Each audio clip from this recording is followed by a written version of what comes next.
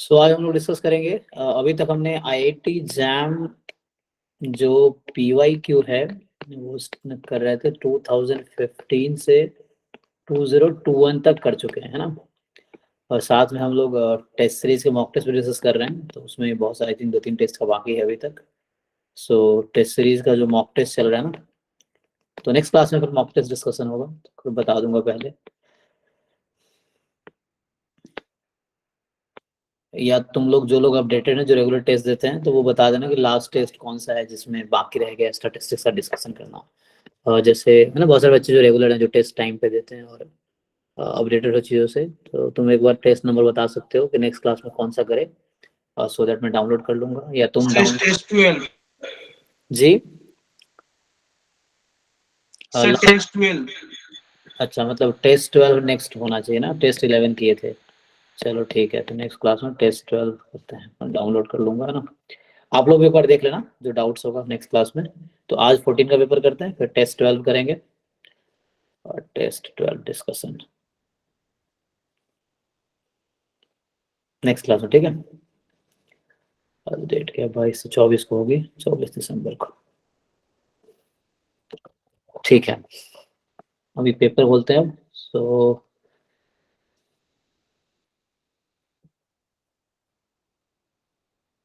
ये 15 का पेपर है, इससे पुराना 14 का होगा। सो 15 से जैम ऑनलाइन हो गया था, 2015 से पहले जैम के एग्जाम ऑफलाइन होता था, ठीक है। ऑफलाइन मतलब तुम्हें पेन पेपर में ऑब्जेक्टिव सब्जेक्टिव दोनों आते थे। अब क्या ऑनलाइन में आप कंप्यूटर बेस्ड एग्जाम देते हो, तो कंप्यूटर बेस्ड मतलब 2015 से हुआ है। उससे पहले आप पेन पेपर है ना, उससे करते थे, और मतलब सब्जेक्टिव भी उसमें आते थे 15 से पहले। लेकिन ये सब क्वेश्चन करना जरूरी इसलिए है ताकि आपका कॉन्सेप्ट रिवाइज हो जाएगा, नए नए डिफरेंट टाइप के क्वेश्चन समझ आएंगे, प्रैक्टिस हो जाएगा, इस बहाने आपको ये भी समझ आएगा कैसे क्वेश्चन, है ना। तो क्वेश्चन आप ढूंढोगे बुक में, तो ये as a collection of question हमारे पास है जो कि प्रैक्टिस करने चाहिए, तो इसलिए हम लोग कर रहे हैं। पीछे तो नहीं आगे बहुत ज्यादा। सो किस ईयर का है, लिखा है कहीं पे, हाँ लिखा होगा, ओके, है ना, टॉप पे दिख रहा होगा। तो जैसे आप लोग जो लोग है ना एग्जाम देते हैं, जैसे अभी आता है ना पहले बुकलेट, ओके। सो हम कर रहे हैं 2014 आईआईटी जैम MS, ठीक है। सर सिर्फ स्टैट का डाउट पूछिए मैथ का भी। मैं अभी स्टैट्स पोर्शन ही सिर्फ डिस्कस करूंगा, तो स्टैट्स का ही करेंगे, ठीक है। मैथ का शशि सर कराएंगे, तो डिस्कशन 14 का नहीं होगा, सर ने नहीं कराया होगा ना, शशि सर ने करा दिए हैं कि नहीं कराए, नहीं कराया सर। ठीक है, तो वो कराएंगे। अगर डिस्कशन हो चुका है फिर भी डाउट रह जाता है, देन यू करा सकते हो, क्योंकि हर टीचर का अपना एक तरीका होता है पढ़ाने का, है ना। तो मेरा वे होगा, क्योंकि किसी क्वेश्चन को अप्रोच करने का मेरा अप्रोच अलग होगा, उनका अलग होगा। लेकिन चूंकि मैथ क्वेश्चन वो करा रहे हैं, तो वो डिस्कस करेंगे, अगर फिर भी कुछ होता है तो then I can also think upon it, अगर कुछ समझ नहीं आता है तो। सेम चीज भी स्टैट्स का भी उनसे आप पूछ सकते हो, उनको भी स्टैट्स आता है ना, डिस्कस कर सकते हैं। ओके, तो चलिए आगे बढ़।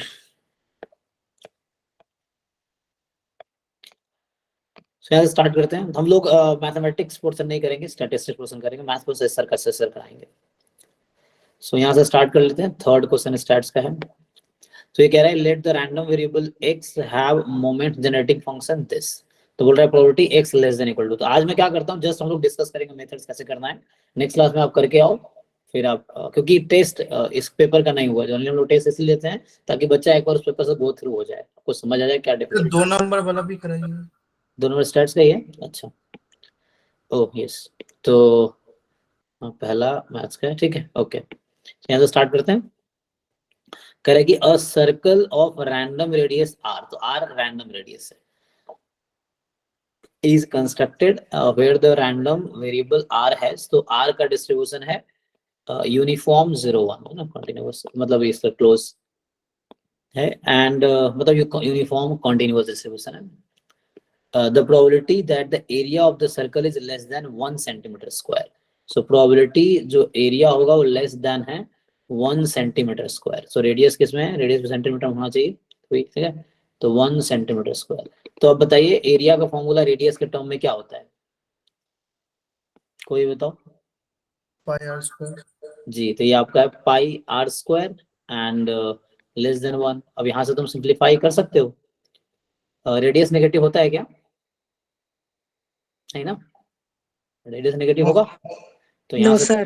करो आर स्क्वायर लेस देन 1/पाई, तो यहाँ से आप सीधा टेकिंग रूट बोथ साइड, तो आर नेगेटिव हो नहीं सकता। अगर नेगेटिव पॉसिबल होता तो यहाँ में मॉड लगाता ना, root under x square mod x होता है, एक्स नहीं होता है। एक्स तब होता है जब तुम श्योर हो कि एक्स तुम्हारा पॉजिटिव है, ये तब है जब एक्स पॉजिटिव है ना। हालांकि आप लोगों को पता होगा ये चीज, ये माइनस एक्स होता है अगर एक्स नेगेटिव है, ये चीज है।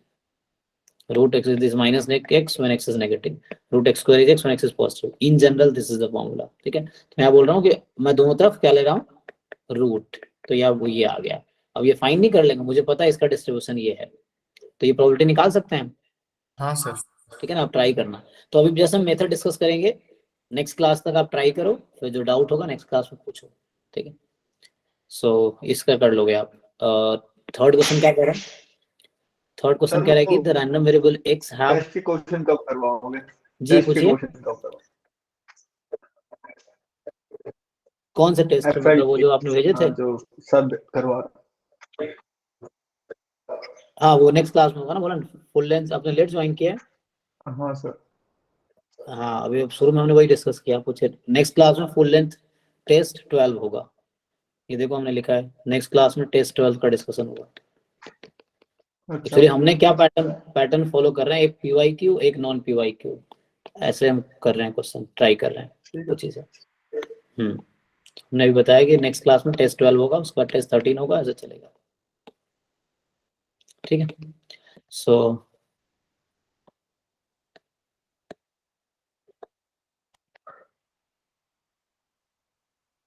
तो यहाँ पे क्या है कि ठीक है ना, ये तो हो जाएगा। ऐसे थर्ड वाला है, उसमें क्या करोगे, late the random variable x have MGF this, है ना, ये दे रखा आपको, तो इसको ओपन करोगे तो क्या होगा, e की पावर कितना आ जाएगा, कोई ओपन करो, क्या आना चाहिए, 2t प्लस 2t स्क्वायर। सो ये MGF देख के बताओ कौन से रैंडम वेरिएबल पे ये फिट होता है, किसके MGF से फिट होगा, नॉर्मल लग रहा है सर।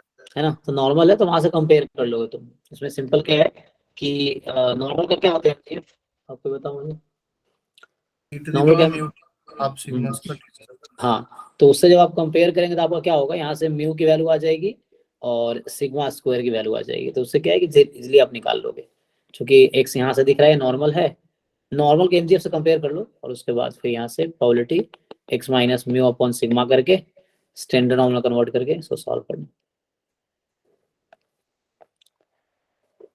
ओके, नेक्स्ट क्या है, सो यहाँ पे है जो हमारे पास कि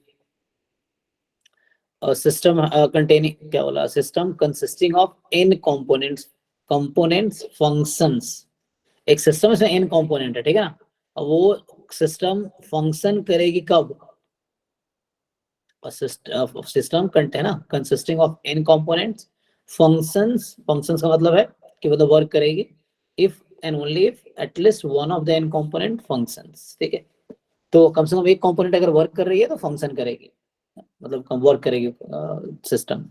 तो बोल रहा है कि suppose that all the n components of the system function independently. ठीक है, तो कंपोनेंट जितने भी सारे इंडिपेंडेंट हैं, ईच विथ प्रोबेबिलिटी 3/4, तो किसी भी एक कंपोनेंट के फंक्शन करने की प्रोबेबिलिटी 3/4 है। तो पूछ रहा है कि if the probability of functioning the system is 63/64, किसी भी एक कंपोनेंट के फंक्शन करने की प्रोबेबिलिटी 3/4 है और सिस्टम को फंक्शन करने की प्रोबेबिलिटी 63/64 है, तो कह रहा है n की वैल्यू क्या होगी, n क्या है, उस सिस्टम में n कंपोनेंट्स हैं और सिस्टम वर्क करेगी if and only at least one of the component functions. So इसका क्या मतलब हुआ, अगर इस तरह समझाऊं कि पैरेलल और सीरीज सिस्टम आप लोगों ने पढ़ा होगा साइंस में, सो इसमें जो कंपोनेंट्स हैं उसमें जो सिस्टम में कंपोनेंट्स किस तरह से अरेंज्ड हैं, पैरेलल में है या सीरीज में है, सीरीज में। ना समझ आ रहा होगा ना, वो सीरीज में है, पैरेलल में। क्योंकि अगर सीरीज में होता तो सबको फंक्शन करना पड़ता। ये एक सिस्टम बना रहा हूँ मैं, मशीन कोई फॉर एग्जांपल है ना, तो इलेक्ट्रिक उस पर आओगे, जैसे एग्जांपल एक मशीन है, ये कंपोनेंट्स हैं, तो इस तरह होगा तो इस तरह में क्या होगा कि सिस्टम को वर्क करने के लिए सबको वर्क करना पड़ेगा, ऑल द कंपोनेंट है ना मस्ट हैव टू वर्क, तो उस केस में होगा। बट यहाँ पर एटलीस्ट वन, कोई भी एक काम कर जाए फंक्शन काम करेगी। तुमको समझ आ रहा होगा ये कुछ इस तरह से सिस्टम है, एक कंपोनेंट यहाँ है दूसरा यहाँ है, इस तरह से समझने के लिए जस्ट। सो है ना, कंपोनेंट 1 कंपोनेंट 2 कंपोनेंट 3, सो कोई भी एक अगर वर्क कर रहा है तो सिस्टम वर्क करेगी। मैथमेटिकली इसको क्या लिखते हैं, मतलब मैं बोलूं कि x1 जो है रिप्रेजेंट कर रहा है फंक्शनिंग ऑफ सिस्टम 1 कंपोनेंट 1 का, x2 जो है फंक्शनिंग को रिप्रेजेंट कर रहा है सिस्टम 2 का, and so on. So what they are asking,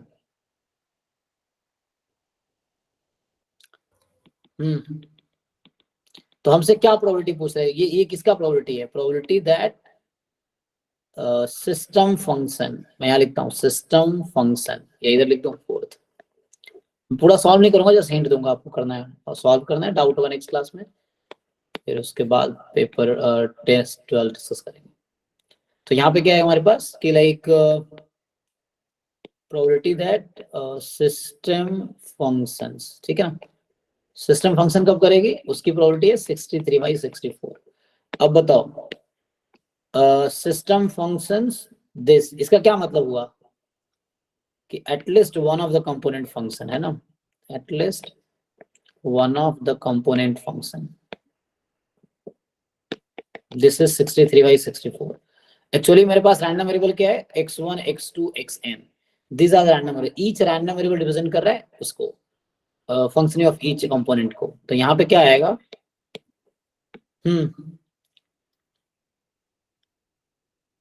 X is greater than or equal to 1.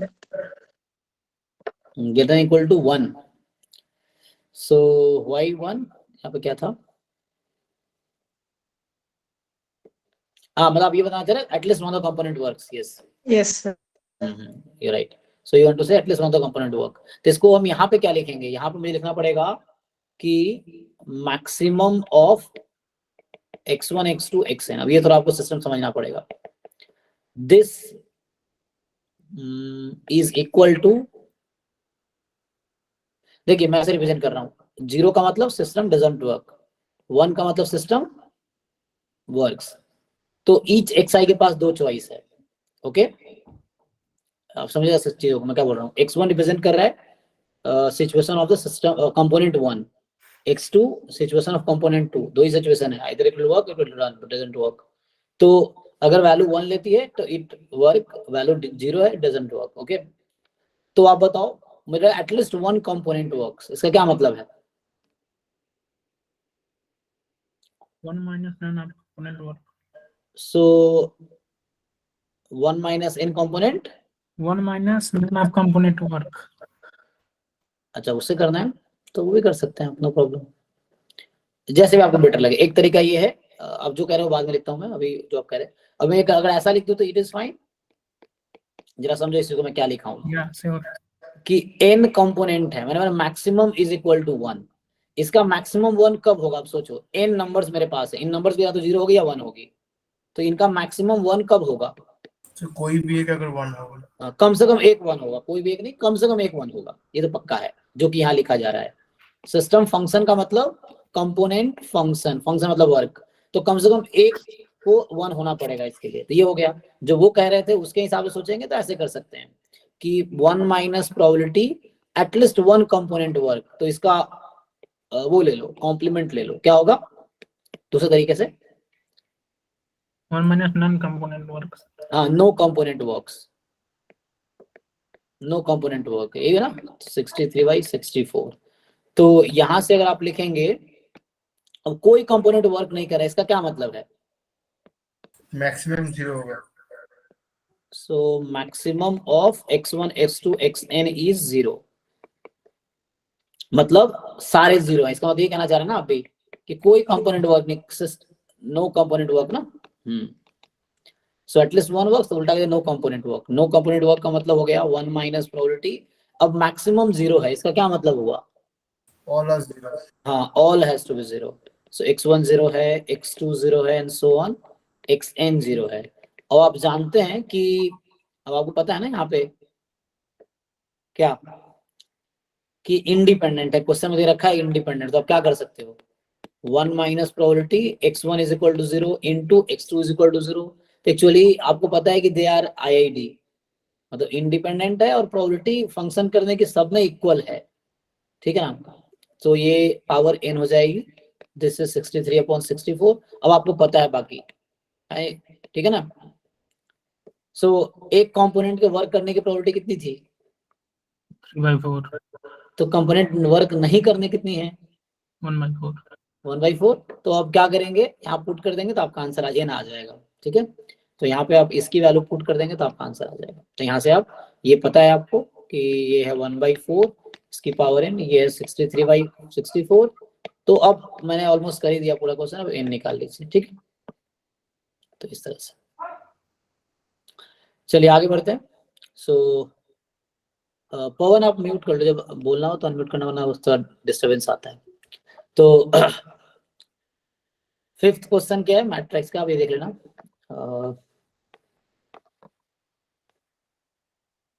चलो 8th पे आते हैं। कह रहा है कि x1 x2 x3 x4 be independent random variables, then which of the following pair of random variables are independent, है ना, चारों इंडिपेंडेंट है। तो सब देख के बता सकते हो, है ना। सो बताओ कौन सा इनमें से पेयर है जो इंडिपेंडेंट, लाइक, है ना, हम बोल रहा है कि ये इंडिपेंडेंट है चारों। So which the following pairs of random variable are independent, तो मतलब क्या ये और ये इंडिपेंडेंट है, यस और नो।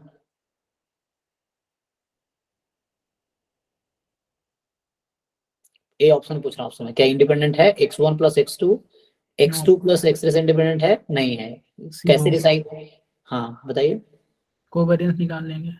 राइट, अब कोवेरिएंस फाइंड करेंगे तो वो यहाँ से नॉन जीरो आ सकता है, राइट, क्योंकि वो कोवेरिएंस ऑफ x2 आ जाएगा, वहां से अगर कोवेरिएंस निकालेंगे तो वेरिएंस ऑफ x2 आएगा ना, that may not be zero. तो ये गारंटी नहीं दे रहा ना कि इंडिपेंडेंट ही होगा, है ना। आप जानते हो कि देखो यहाँ क्या हो रहा है, इंडिपेंडेंट है तो कोवेरिएंस जो भी इंडिपेंडेंट है उसके बीच का 0, और इसी का इक्विवेलेंट स्टेटमेंट है। बताइए इसी को दूसरे तरीके से कैसे लिखे, कोवेरिएंस 0 नहीं हो तो इंडिपेंडेंट नहीं होगा। राइट, कोवेरिएंस अगर 0 नहीं है तो वो इंडिपेंडेंट नहीं है। दोनों इक्विवेलेंट स्टेटमेंट है, एक दूसरे का कंट्रापोजिटिव स्टेटमेंट है, दे आर इक्विवेलेंट, दोनों एक ही बात कह रहा है। Covariance is not 0 then not independent. ये नहीं कि इंडिपेंडेंट नहीं है तो कोवेरिएंस 0 नहीं होगा, ऐसा नहीं होता, ठीक है, नेगेशन हो गया। सो तो इस तरह से सी होगा। ठीक है ना। तो आप इजीली डिसाइड कर सकते हैं सी, ये इंडिपेंडेंट है, नहीं ये इंडिपेंडेंट है, यस। यहाँ फाइंड करेंगे तो वो हो सकता है ना, वेरिएबल आर इंडिपेंडेंट। यहाँ पे क्या है, x2 x1 x2 x3, तो यहाँ पे क्या है, यहाँ पे कोवेरिएंस टर्म आ जाएगा। तो ऑप्शन के पर्सपेक्टिव से सोचेंगे आप तो सी को ही होना पड़ेगा, क्योंकि आप ए बी डी को गलत दिखा सकते हैं। और हालांकि कोवेरिएंस 0 होना क्या इंडिपेंडेंस को गारंटी करता है, नो सर। है ना, कोवेरिएंस 0 होना गारंटी नहीं करता, लेकिन इस ऑप्शन के पर्सपेक्टिव से आप सोचेंगे सो सी ऑप्शन करेक्ट होगा, है ना। यहाँ पे आप कोवेरिएंस देखेंगे, जैसे पवन कह रहे थे, पवन अगर जैसा बता रहे हो कि हमने इसके बीच कोवेरिएंस निकाला 0 आ गया, तो क्या ये गारंटी करेगा कि इंडिपेंडेंट सर ये नॉर्मल मल्टी अगर वेरिएट नॉर्मल है तो वहाँ गारंटी कर देता है, but yes you are right, normal wife only, लेकिन यहाँ पे लिखा नहीं नॉर्मल है, कहीं लिखा है क्या, नहीं लिखा ना। नहीं, यहाँ पर एक्चुअली में वो मैंने ऑप्शन के थ्रू राइट, हाँ वही कह रहा हूँ कि अभी चूंकि 4 ऑप्शन है तो मैं 3 ऑप्शन को एलिमिनेट कर दूंगा, तो उस बेसिस पे सही हो गया। लेकिन इन जनरल ऐसा कहना मुश्किल है कि कोवेरिएंस 0 होगा, तो ज्यादातर केस में होता होगा या होता है, but we can not guarantee for 100%, है ना। सो इसीलिए, बट अभी के लिए this is correct option, okay.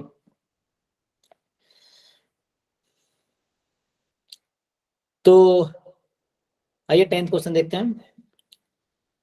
ये कह रहा है कि let x be a random variable of continuous type with PDF this, okay. तो कह रहा है based on the single observation x the most powerful test of size, आपको साइज दे दिया, और ये फॉर टेस्टिंग θ1 एंड θ2, मतलब लाइक सिंपल वर्सेस सिंपल है, क्रिटिकल डिवीजन भी दे दिया। If x is less than k, तो यहाँ सिंपल आप k निकाल सकते हैं साइज के डेफिनेशन से। अगर आप साइज का डेफिनेशन यूज करेंगे तो आपको यहाँ से k निकल जाएगा, और k वैल्यू फाइंड कर लेंगे, अच्छा वही चाहिए बस, हो गया। तो साइज के डेफिनेशन से आ जाएगा। है ना, probability of rejecting H not when H not is true, तो उससे आप कर लेंगे, ट्राई कीजिएगा, साइज का डेफिनेशन से आ जाएगा। 11 कह रहा है कि let x be a random variable of continuous type with PDF fx, then based on single observation x, the most powerful test of size alpha is 0.1 for testing h naught, जहाँ की fx 2x है और h1 जहाँ fx 4x cube है, has power। तो simple है, वो भी ऐसा ही है, सिंपल वर्सेस सिंपल है। तो आप पहले क्रिटिकल रीजन निकाल लो और नेमन पियर्सन लेमा यूज करके, और उसके बाद फिर आपका एक साइज दिया है जिससे k की वैल्यू आ जाएगी पिछले क्वेश्चन की तरह, और k आ गया तो उससे आप पावर निकाल पाएंगे। तो यहाँ साइज का डेफिनेशन यूज करके k की वैल्यू आ जाएगी और पावर आपको फाइंड करना, तो पावर का डेफिनेशन से आ जाएगा। सो आप ट्राई कीजिए, हो जाएगा, कर लोगे आप लोग। चलिए 12th पे आते हैं। 12th कह रहा है कि let x and y be two random variables of discrete type with respective PMF as. तो देखो PMF दे रखा, PDF नहीं है, डिस्क्रीट है ये। सो यहाँ पे क्या है कि 0 पे प्रोबेबिलिटी 2p है, 1 पे 2p है, 2 पे 1 - 4p है, ओके, जहाँ p 0 से 1/4 के बीच रहेगा। यहाँ y रैंडम वेरिएबल जो है उसमें 0 पे मास है p/2, 1 पे मास है 4p² एंड 2 पे मास है इतना 1 - दिस। तो ये PMF के डेफिनेशन को सेटिस्फाई कर रहा होगा दोनों। तो यहाँ पे आप स्मॉल p की एग्जैक्ट वैल्यू नहीं निकाल पाओगे, ये इस रेंज में है, ओके, ठीक है ना। PMF क्या more then some one already हो रहा है, तो कुछ नहीं कर सकते आगे आप। कह रहा है then among statistics x and y, है ना, क्योंकि कोई रैंडम वेरिएबल जो पैरामीटर से फ्री है। तो सो कह रहा है कि स्टैटिस्टिक्स है एक्चुअली। सो x y, तो आपसे क्या पूछ रहा है, both x y are complete, x is complete, y is not, both x and y, है ना। तो यहाँ पे आपको कंप्लीट का डेफिनेशन यूज करना पड़ेगा। तो यहाँ मुझे चेक करना है x इज कंप्लीट, तो मैं क्या करूंगा, कोई बताइए डेफिनेशन क्या होगा कंप्लीट का, मैं क्या डेफिनेशन यूज करूँ, डिस्क्रीट है ना ये, तो डेफिनेशन तो कॉमन रहता है चाहे डिस्क्रीट हो कंटीन्यूअस कुछ भी हो। सो कोई बताइए कंप्लीट, x कंप्लीट है, इसके लिए मुझे क्या चेक करना पड़ेगा, है कि नहीं, ये चेक करना है मुझे, तो मैं क्या चेक करूं, x या y दो रैंडम वेरिएबल है। सो क्या चेक करना पड़ेगा हमें,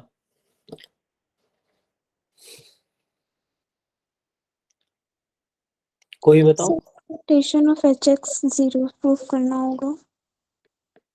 सो एक्सपेक्टेशन ऑफ hx को 0 रख देंगे। अच्छा, इसको 0 प्रूफ करना होगा, प्रूफ क्यों करेंगे, डेफिनेशन क्या है, So if and only hx equals to 0. So this, हाँ मतलब if and only hx equal to 0, so ये लगाना पड़ेगा। तो एक तरीका तो ऐसे ही ट्रू है, इसलिए हम अदरवाइज लिखते नहीं है ना, वो तो ऐसे ही ऑब्वियसली ट्रू है ये वाला।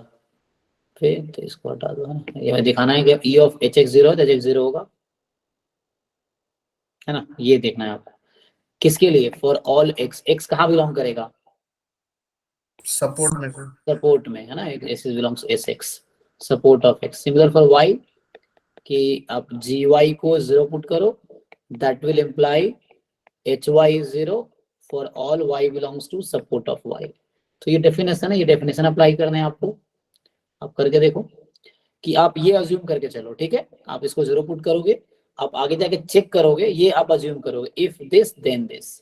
सो उसके बाद आप ये चेक करोगे क्या hx 0 है हर x जो कि सपोर्ट में है, 0 1 2, उसके लिए। फिर e ऑफ gy को 0 पुट करो, फिर आप चेक करोगे कि क्या hy 0 है हर y जो कि सपोर्ट में है, 0 1 2, इस तरह से, ठीक है, इस तरह से। तो आप चेक करके देखो कि ये कंप्लीट, ये डेफिनेशन से अगर hx 0 हो गया हर x जो कि सपोर्ट ऑफ x में है तो कंप्लीट हो जाएगा। अगर hy 0 के इक्वल आ गया for all y belongs to support of y, complete हो जाएगा। तो डेफिनेशन बेस्ड क्वेश्चन ट्राई कीजिए, नहीं तो नेक्स्ट क्लास में पूछिए। ओके, अभी क्या करते हैं नेक्स्ट। सो नेक्स्ट हमारे पास है let x and y denote the lifetime in years of two independent components connected in a series with respective PDF। तो फिर से देखो, दो कंपोनेंट है सिस्टम में and that is connected in series, two independent component है ना, एक x है एक y है लाइफ इसकी, सो एक्स रिप्रेजेंट कर रहा है लाइफ टाइम फर्स्ट कंपोनेंट का, वाई लाइफ टाइम है दूसरे कंपोनेंट का ईयर्स में। ओके आपको डिस्ट्रीब्यूशन दे रखा है एक्सपोनेंशियल विथ मीन 2 ना। अच्छा ये एक्सपोनेंशियल ये उसमें कन्वर्ट कर सकते हैं आप। सो अब क्या करेंगे, पूछ रहा है कि देन ये किसका डिस्ट्रीब्यूशन है, इसको ट्रांसफॉर्म करके देखो। Gamma gamma 1/2, 2। तो अल्फा की वैल्यू कितनी है आप, अच्छा वो अपने हिसाब से बता रहे हो, ठीक है। अगर मैं पीडीएफ ऐसे लिखूंगा तो हम लोग जो पीडीएफ यूज करते हैं मोस्टली यूज करूंगा 1 गामा अल्फा, अल्फा की पावर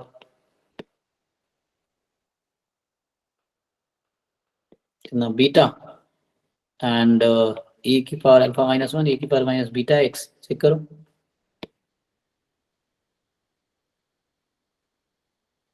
सॉरी वाई, ये वाई है एक्स, ठीक है ना। ये तो इसके हिसाब से क्या होगा, पावर अल्फा होगा हाँ सर बीटा की पावर अल्फा होगा सॉरी सर जी जी ई की पावर ये- माइनस एक्स अपॉन बीटा होगा। अरे एक मिनट रुक जाओ, तुम दो तरह का अच्छा मैं अलग अलग लिख दिया, एक मिनट रुको। 1 गामा अल्फा बीटा की पावर अल्फा एक्स की पावर अल्फा -1 एंड ई की पावर -x बाई बीटा। अच्छा ये वाला, हाँ अब दूसरा फॉर्म ये है, ठीक है। 1 गामा अल्फा यहाँ लिखते हैं ना, बीटा की पावर अल्फा एंड एक्स की पावर अल्फा -1 ई की पावर माइनस बीटा। अब ठीक है, ये दो फॉर्म है ना, तो उसमें बस ठीक है। तो अब आप पैरामीटर डिसाइड कर लोगे आप सिंपली, सब मीन वेरिएंस निकालने में आसानी हो जाएगी जरूरत पड़ती है तो, या जो भी है ना, ठीक है। जस्ट फॉर ठीक है, किसी को डाउट अब तो नहीं है ना, ठीक है लिखाना मैंने, ओके सर तो जी बोलिए। सर मैं ये बोल रहा था ये स्टैंडर्ड रिलायबिलिटी की मतलब डेफिनेशन भी है ना सर ऐसी कि अगर दो सिस्टम सीरीज में है तो उनकी रिलायबिलिटी अगर हम चेक करते हैं, वही क्वेश्चन है ना ये सर वैसा ही। यस उस टाइप का है, लेकिन चूंकि रिलायबिलिटी पार्ट नहीं आपके बीएससी में नहीं पढ़ाए जाते हैं, तो एज ए प्रोबेबिलिटी का पार्ट होगा ये। हाँ सर जैसे कि मेरा एक सब्जेक्ट ऑपरेशंस रिसर्च, उसमें ये टॉपिक है सर सीरीज सिस्टम वाला रिलायबिलिटी का। रिलायबिलिटी में आता है, यस आप ठीक कह रहे हैं, यस। तो सर उसमें ऐसा होता है कि जैसे ये स्मॉल एफ ऑफ एस दिया हुआ है प्रोबेबिलिटी डेंसिटी फंक्शन, तो उससे हम इसका सीडीएफ निकाल ले सर इसका इंटीग्रेशन करके, और उससे 1 माइनस कर दें तो हमारे पास इसका आंसर आ जाएगा। तो सर वैसे भी कर सकते हैं क्या इसको? तो वो तो सिर्फ एक्स के लिए आया, लेकिन आपको सिस्टम के लिए पूछ रहा, वो कंपोनेंट एक्स की बात कर रहे हैं आप कि उसका लाइफ। हाँ मतलब सर जब सीरीज में कनेक्टेड है तो इनकी रिलायबिलिटी वही होती है सर, दोनों का सम, यानी कि फर्स्ट और सेकंड की रिलायबिलिटी का सम। तो इंडिविजुअल निकाल के उनका सम कर दो तो वैसे भी आ सकता है क्या? हाँ उस तरीके से, वो जो आप कह रहे हो फॉर्मूला डिराइव होता है, आप चेक करोगे सीरीज में क्या होता है, minimum of x y is more than time t, तो आप ब्रेक करोगे कि both are more than t, इस तरीके से इंडिपेंडेंट है ही सर दोनों, तो इंडिपेंडेंट अलग अलग। यहाँ पहले तो स्क्वायर होगा, चेक कीजिए क्या होगा, प्रोबेबिलिटी x मोर than t into probability y मोर देन t, ऐसे ना चेक करो। तो मिनिमम ज्यादा है ना, मिनिमम जो भी मिनिमम होगा वो ज्यादा है, तो both has to be more than t। अब यहाँ से क्या हो गया, IIT है अगर दोनों, IIT नहीं, यहाँ पे डिस्ट्रीब्यूशन अलग अलग है, तो आपको प्रोडक्ट करना पड़ेगा, प्रोडक्ट में कन्वर्ट होगा ये, ओके सर, है ना, इस तरह से। सर ये क्वेश्चन का सीधा सीधे मतलब है कि दोनों को 2 साल से ज्यादा होना पड़ेगा। हाँ मतलब वो मैथमेटिकली सोचेंगे हम लोग, तो इसमें कुछ वैसा है नहीं ये, क्योंकि जिन लोगों ने रिलायबिलिटी पढ़ा है जो सब्जेक्ट, तो उसमें वो बेसिक में ये सब आते हैं। सो एनीवे यहाँ पे आपको कुछ ना कुछ कह कि system will survive more than 2 year.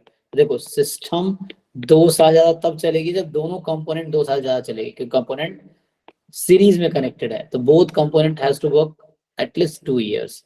So x को भी मोर देन 2 होना पड़ेगा, एंड या इंटरसेक्शन ले लो y को भी 2 से, तो सिंपल लॉजिक है। सो यहाँ से हो गया x more than 2 into probability y more than 2, इससे।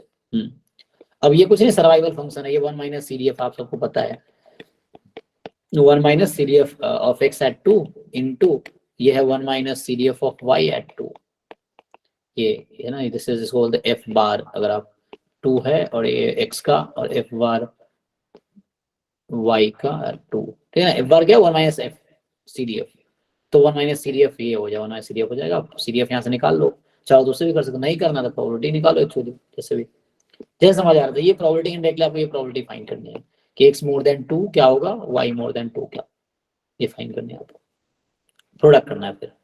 तो ये कैलकुलेशन है, जस्ट आप कैलकुलेशन करके देखो, इंटीग्रेशन और ये जिस भी तरीके से आप करो चीजें। ओके, तो अब इसको सॉल्व करो। नेक्स्ट देखते हैं, तो ये बस कैलकुलेशन है, आप इंटीग्रेशन करो इसको जैसे भी आपको समझ आ रहा है, ये प्रॉपर्टी फाइंड करनी है। यहाँ पे क्या है, the distribution function of random variable x is given by, ठीक है। सो ये आपको दे रखा ना एक CDF और बोल रहा है प्रोबेबिलिटी, हमने डायरेक्टली सीखा था कि इसको मैं क्या लिख सकता हूँ, कोई बताओ मुझे प्रोबेबिलिटी के टर्म में कि प्रोबेबिलिटी क्या लिखूं, या CDF के टर्म में बताओ, छोड़ो प्रोबेबिलिटी हम CDF के टर्म में बताओ। F of fx at 1 1 minus F of 1/4 minus तो 1/4 की लेफ्ट हैंड लिमिट है ना, सिंपल है ये। अब पुट कर लो यहाँ से, इजी है, यहाँ से आप देख लोगे कि x एग्जैक्टली 1 है तो क्या हो रहा था, 1 कहाँ पे है, 1 इस बीच में होगा x की वैल्यू, तो ये यूज करना पड़ेगा आपको। चेक कर लो एक बार, 1 + 3/5 माइनस 1/4 माइनस 1/4 माइनस का मतलब है कि 1/4 की लेफ्ट हैंड लिमिट, तो 1/4 की यहाँ देखो राइट हैंड लिमिट है, इधर लेफ्ट हैंड लिमिट है, तो ये यूज करना आपको। चेक कर लो सब लोग, ठीक है। सो 4/5 माइनस 1/4 ये होना चाहिए। कुछ प्रॉब्लम हो तो बता सकते हो, ठीक है ना, तो फाइन, तो ये यूज कर लेना आप।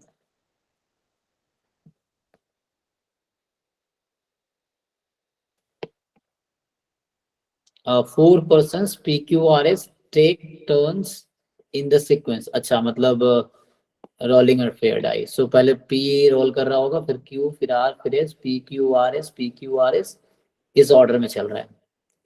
The first person to get 6 wins, जिसको भी पहले 6 आएगा वो जीतेगा। So the probability that S wins, तो बताइए क्या करेंगे आप, S के जीतने के क्या क्या चांसेस हैं, मुझे S के बारे में सोचना है कि S किस किस सिचुएशन में जीत सकता है। So what is the situation of winning of S, बताओ पहली सिचुएशन क्या है जिसमें S विल विन। PQR यार Q Q Q फिर हाँ, P तो हाँ डाई को रोल कर रहा ना, तो PQR को क्या आया होगा, 1 से 5 में कुछ भी। 1 से 5 के बीच तो में। ये 5/6 चांस है आपका, और S को आ जाए 6, 1/6 तो ये एक सिचुएशन ये हो गई। अगली सिचुएशन क्या होगी, दूसरी सिचुएशन जहां S wins, so 5/6 to the power 7 तो चारों को पहले तो आया होगा 1 से 5 में से कुछ, तभी फिर से P को चांस मिला, फिर PQR को फिर से आया वही, तो यहाँ से यहाँ तक, क्योंकि दूसरी बार S जीतेगा जब यहाँ 6 आएगा, हमें S के बारे में सोचना है, तो S पहली बार जीतेगा यहाँ 6 आ जाए। दूसरी सिचुएशन जब S जीत सकता है वो ये सिचुएशन है जब सबको, और गेम वहीं तक चलेगी जब तक 6 आ जाए, 6 आ गया गेम खत्म, तो पहला गेम ओवर होने का ये चांस जहाँ S जीतेगा। दूसरा गेम है कि 4 + 3 7, ये ना 7 × 1/6 चलता रहेगा ऐसे ही, 5/6 इसकी पावर कितनी हो जाएगी अब 11, 11 × 1/6 डॉट डॉट डॉट। अब ये आप जानते हो सब लोग इनफाइनाइट ज्योमेट्रिक सम, तो उससे हो जाएगा A/1 - R, A first term, R common ratio. Okay, तो ये कर लोगे आप।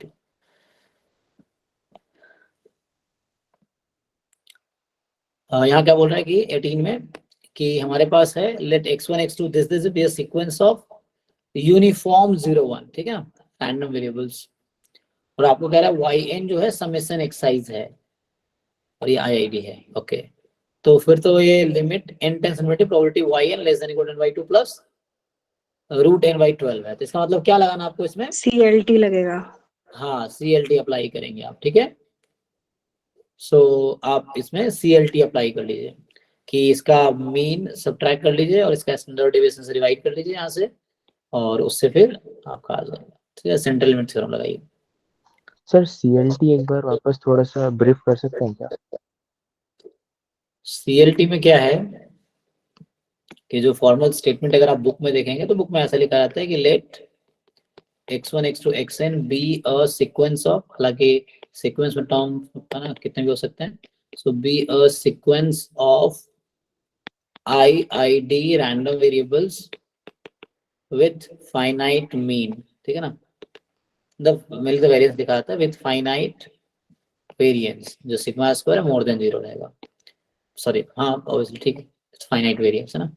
तो आपसे क्या पूछ रहा है ये, देन जैसे वो x बार के टर्म में लिखते हैं, x बार माइनस, अच्छा मीन लिख लो विथ मीन म्यू, क्योंकि मीन की जरूरत पड़ेगी, फाइनाइट वेरिएंस, ये वेरिएंस सिग्मा स्क्वायर। तो क्या होगा, x बार का मीन कितना है म्यू, एंड x बार का वेरिएंस कितना आता है जी, मतलब वेरिएंस कितना आएगा sigma square by n, n, लेकिन स्टैंडर्ड डेविएशन आएगा sigma by root n, sigma तो इसी को आप ऐसा भी बुक में लिखा मिलेगा आपको कि x bar minus mu upon sigma, and यहाँ रूट n मल्टीप्लाइड है क्योंकि वो x बार का, this will converge in distribution to z, where z का डिस्ट्रीब्यूशन है नॉर्मल 0 1। तो ये स्टेटमेंट है, बुक में आपको इस तरह का स्टेटमेंट लिखा मिलेगा, या थोड़ा सा अलग लिखा होगा तो इस चीज को बुक में वैसे ना लिख के वो आपको ऐसा लिखा होगा कि limit n tends to infinity probability x bar minus mu sigma upon root n less than equal to small z, this quantity is capital Z less than equal z, या यही लिखा होगा फाई ऑफ z, ऐसा लिखा मिलेगा। इसका क्या मतलब है, तो कन्वर्जेंस एंड डिस्ट्रीब्यूशन का मतलब होता है कि इसका जो भी CDF है उसकी limit n tends to infinity लगाओगे तो इसके CDF के बराबर आ जाएगा।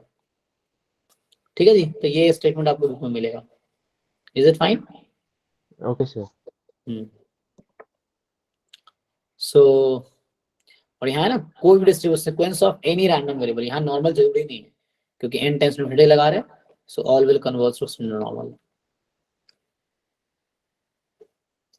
ओके, इसको अप्लाई कीजिए। नेक्स्ट है कि आपके पास x बार x1 x2 है, ठीक है, रैंडम वेक्टर है, this be a bivariate normal random variable, मतलब बाइवेरिएट नॉर्मल डिस्ट्रीब्यूशन है विथ मीन ex1 ex2 दोनों 0 है, ex1 स्क्वायर x2 मतलब variance of x1 variance of x2 दोनों आपका 1 है, e of x1 x2 half है, तो मतलब ये कोवेरिएंस टर्म हो गया ना एक्चुअली, और कोरिलेशन में निकालेंगे तो यही आएगा हाफ है, कोरिलेशन हाफ है। तो हमें क्या क्या जरूरत पड़ती है, मीन की ना μ1 μ2, ठीक है okay.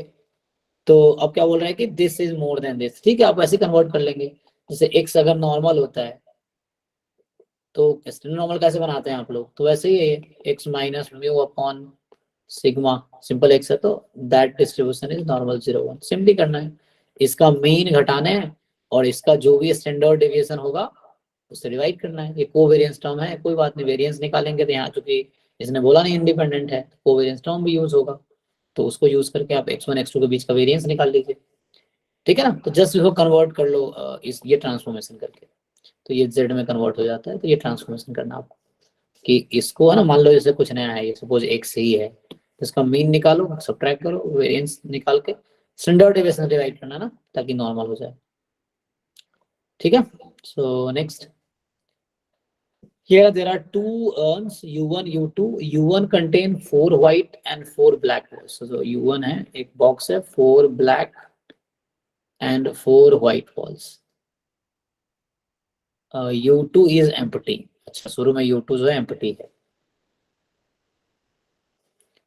4 balls are drawn at random from u1, ठीक है, आपने क्या किया, 4 बॉल ड्रॉ किए u1 से एंड ट्रांसफर टू u2, आपने u2 को ट्रांसफर कराया, तो ट्रांसफर टू u2, तो इसमें क्या होगा, you take 4 balls and you transfer, ठीक है, to u2, then a ball is drawn at random from u2, अब यहाँ से आपने ये u1 था आपका, ये u2 है, पहले आपने 4 बॉल यहाँ ट्रांसफर किए, अब now you are drawing 1 ball from this, ठीक है ना, एक बॉल आप यहाँ से ड्रॉ कर रहे हो, 1 बॉल यू आर ड्रॉइंग, तो अब ये बोल रहा है कि the probability that the ball drawn from ut is white is, तो इस तरह क्वेश्चन, ये क्वेश्चन किस तरीके से किस मेथड से सॉल्व होगा आप बताओगे, फॉर्मूला कौन सा है, बेस थ्योरम। हाँ लेकिन बेस थ्योरम, यहाँ पे बेस थ्योरम तो बता रखा होता कि बॉल निकाला वो व्हाइट है तो क्या प्रोबेबिलिटी है पहले, लेकिन यहाँ पे वो नहीं बताया कि सब कुछ इन्फॉर्मेशन दिया, क्या नहीं दिया, वो पूछ ही रहा है। बेस थ्योरम में गिवन होता है, बेस थ्योरम में इस तरह क्वेश्चन आते हैं ना, आई गिवन ए, यहाँ कुछ गिवन है, नो सर, तो उससे पीछे कौन सा आता है, बेस थ्योरम से पहले कौन सा फॉर्मूला है, टोटल, हाँ ये टोटल प्रोबेबिलिटी पे होगा, यस। सो ये आपको व्हाइट, एक minute sorry right I think, हाँ मुझे गिवन ये है कि व्हाइट है तो U2 सा है। हाँ आई थिंक आप सही बोल रहे थे, एक minute. The probability that the ball drawn from U2 is white, है ना। तो मुझे ये पूछ रहा है कि जो U2 से, हाँ ठीक है, हम थिंकिंग राइट।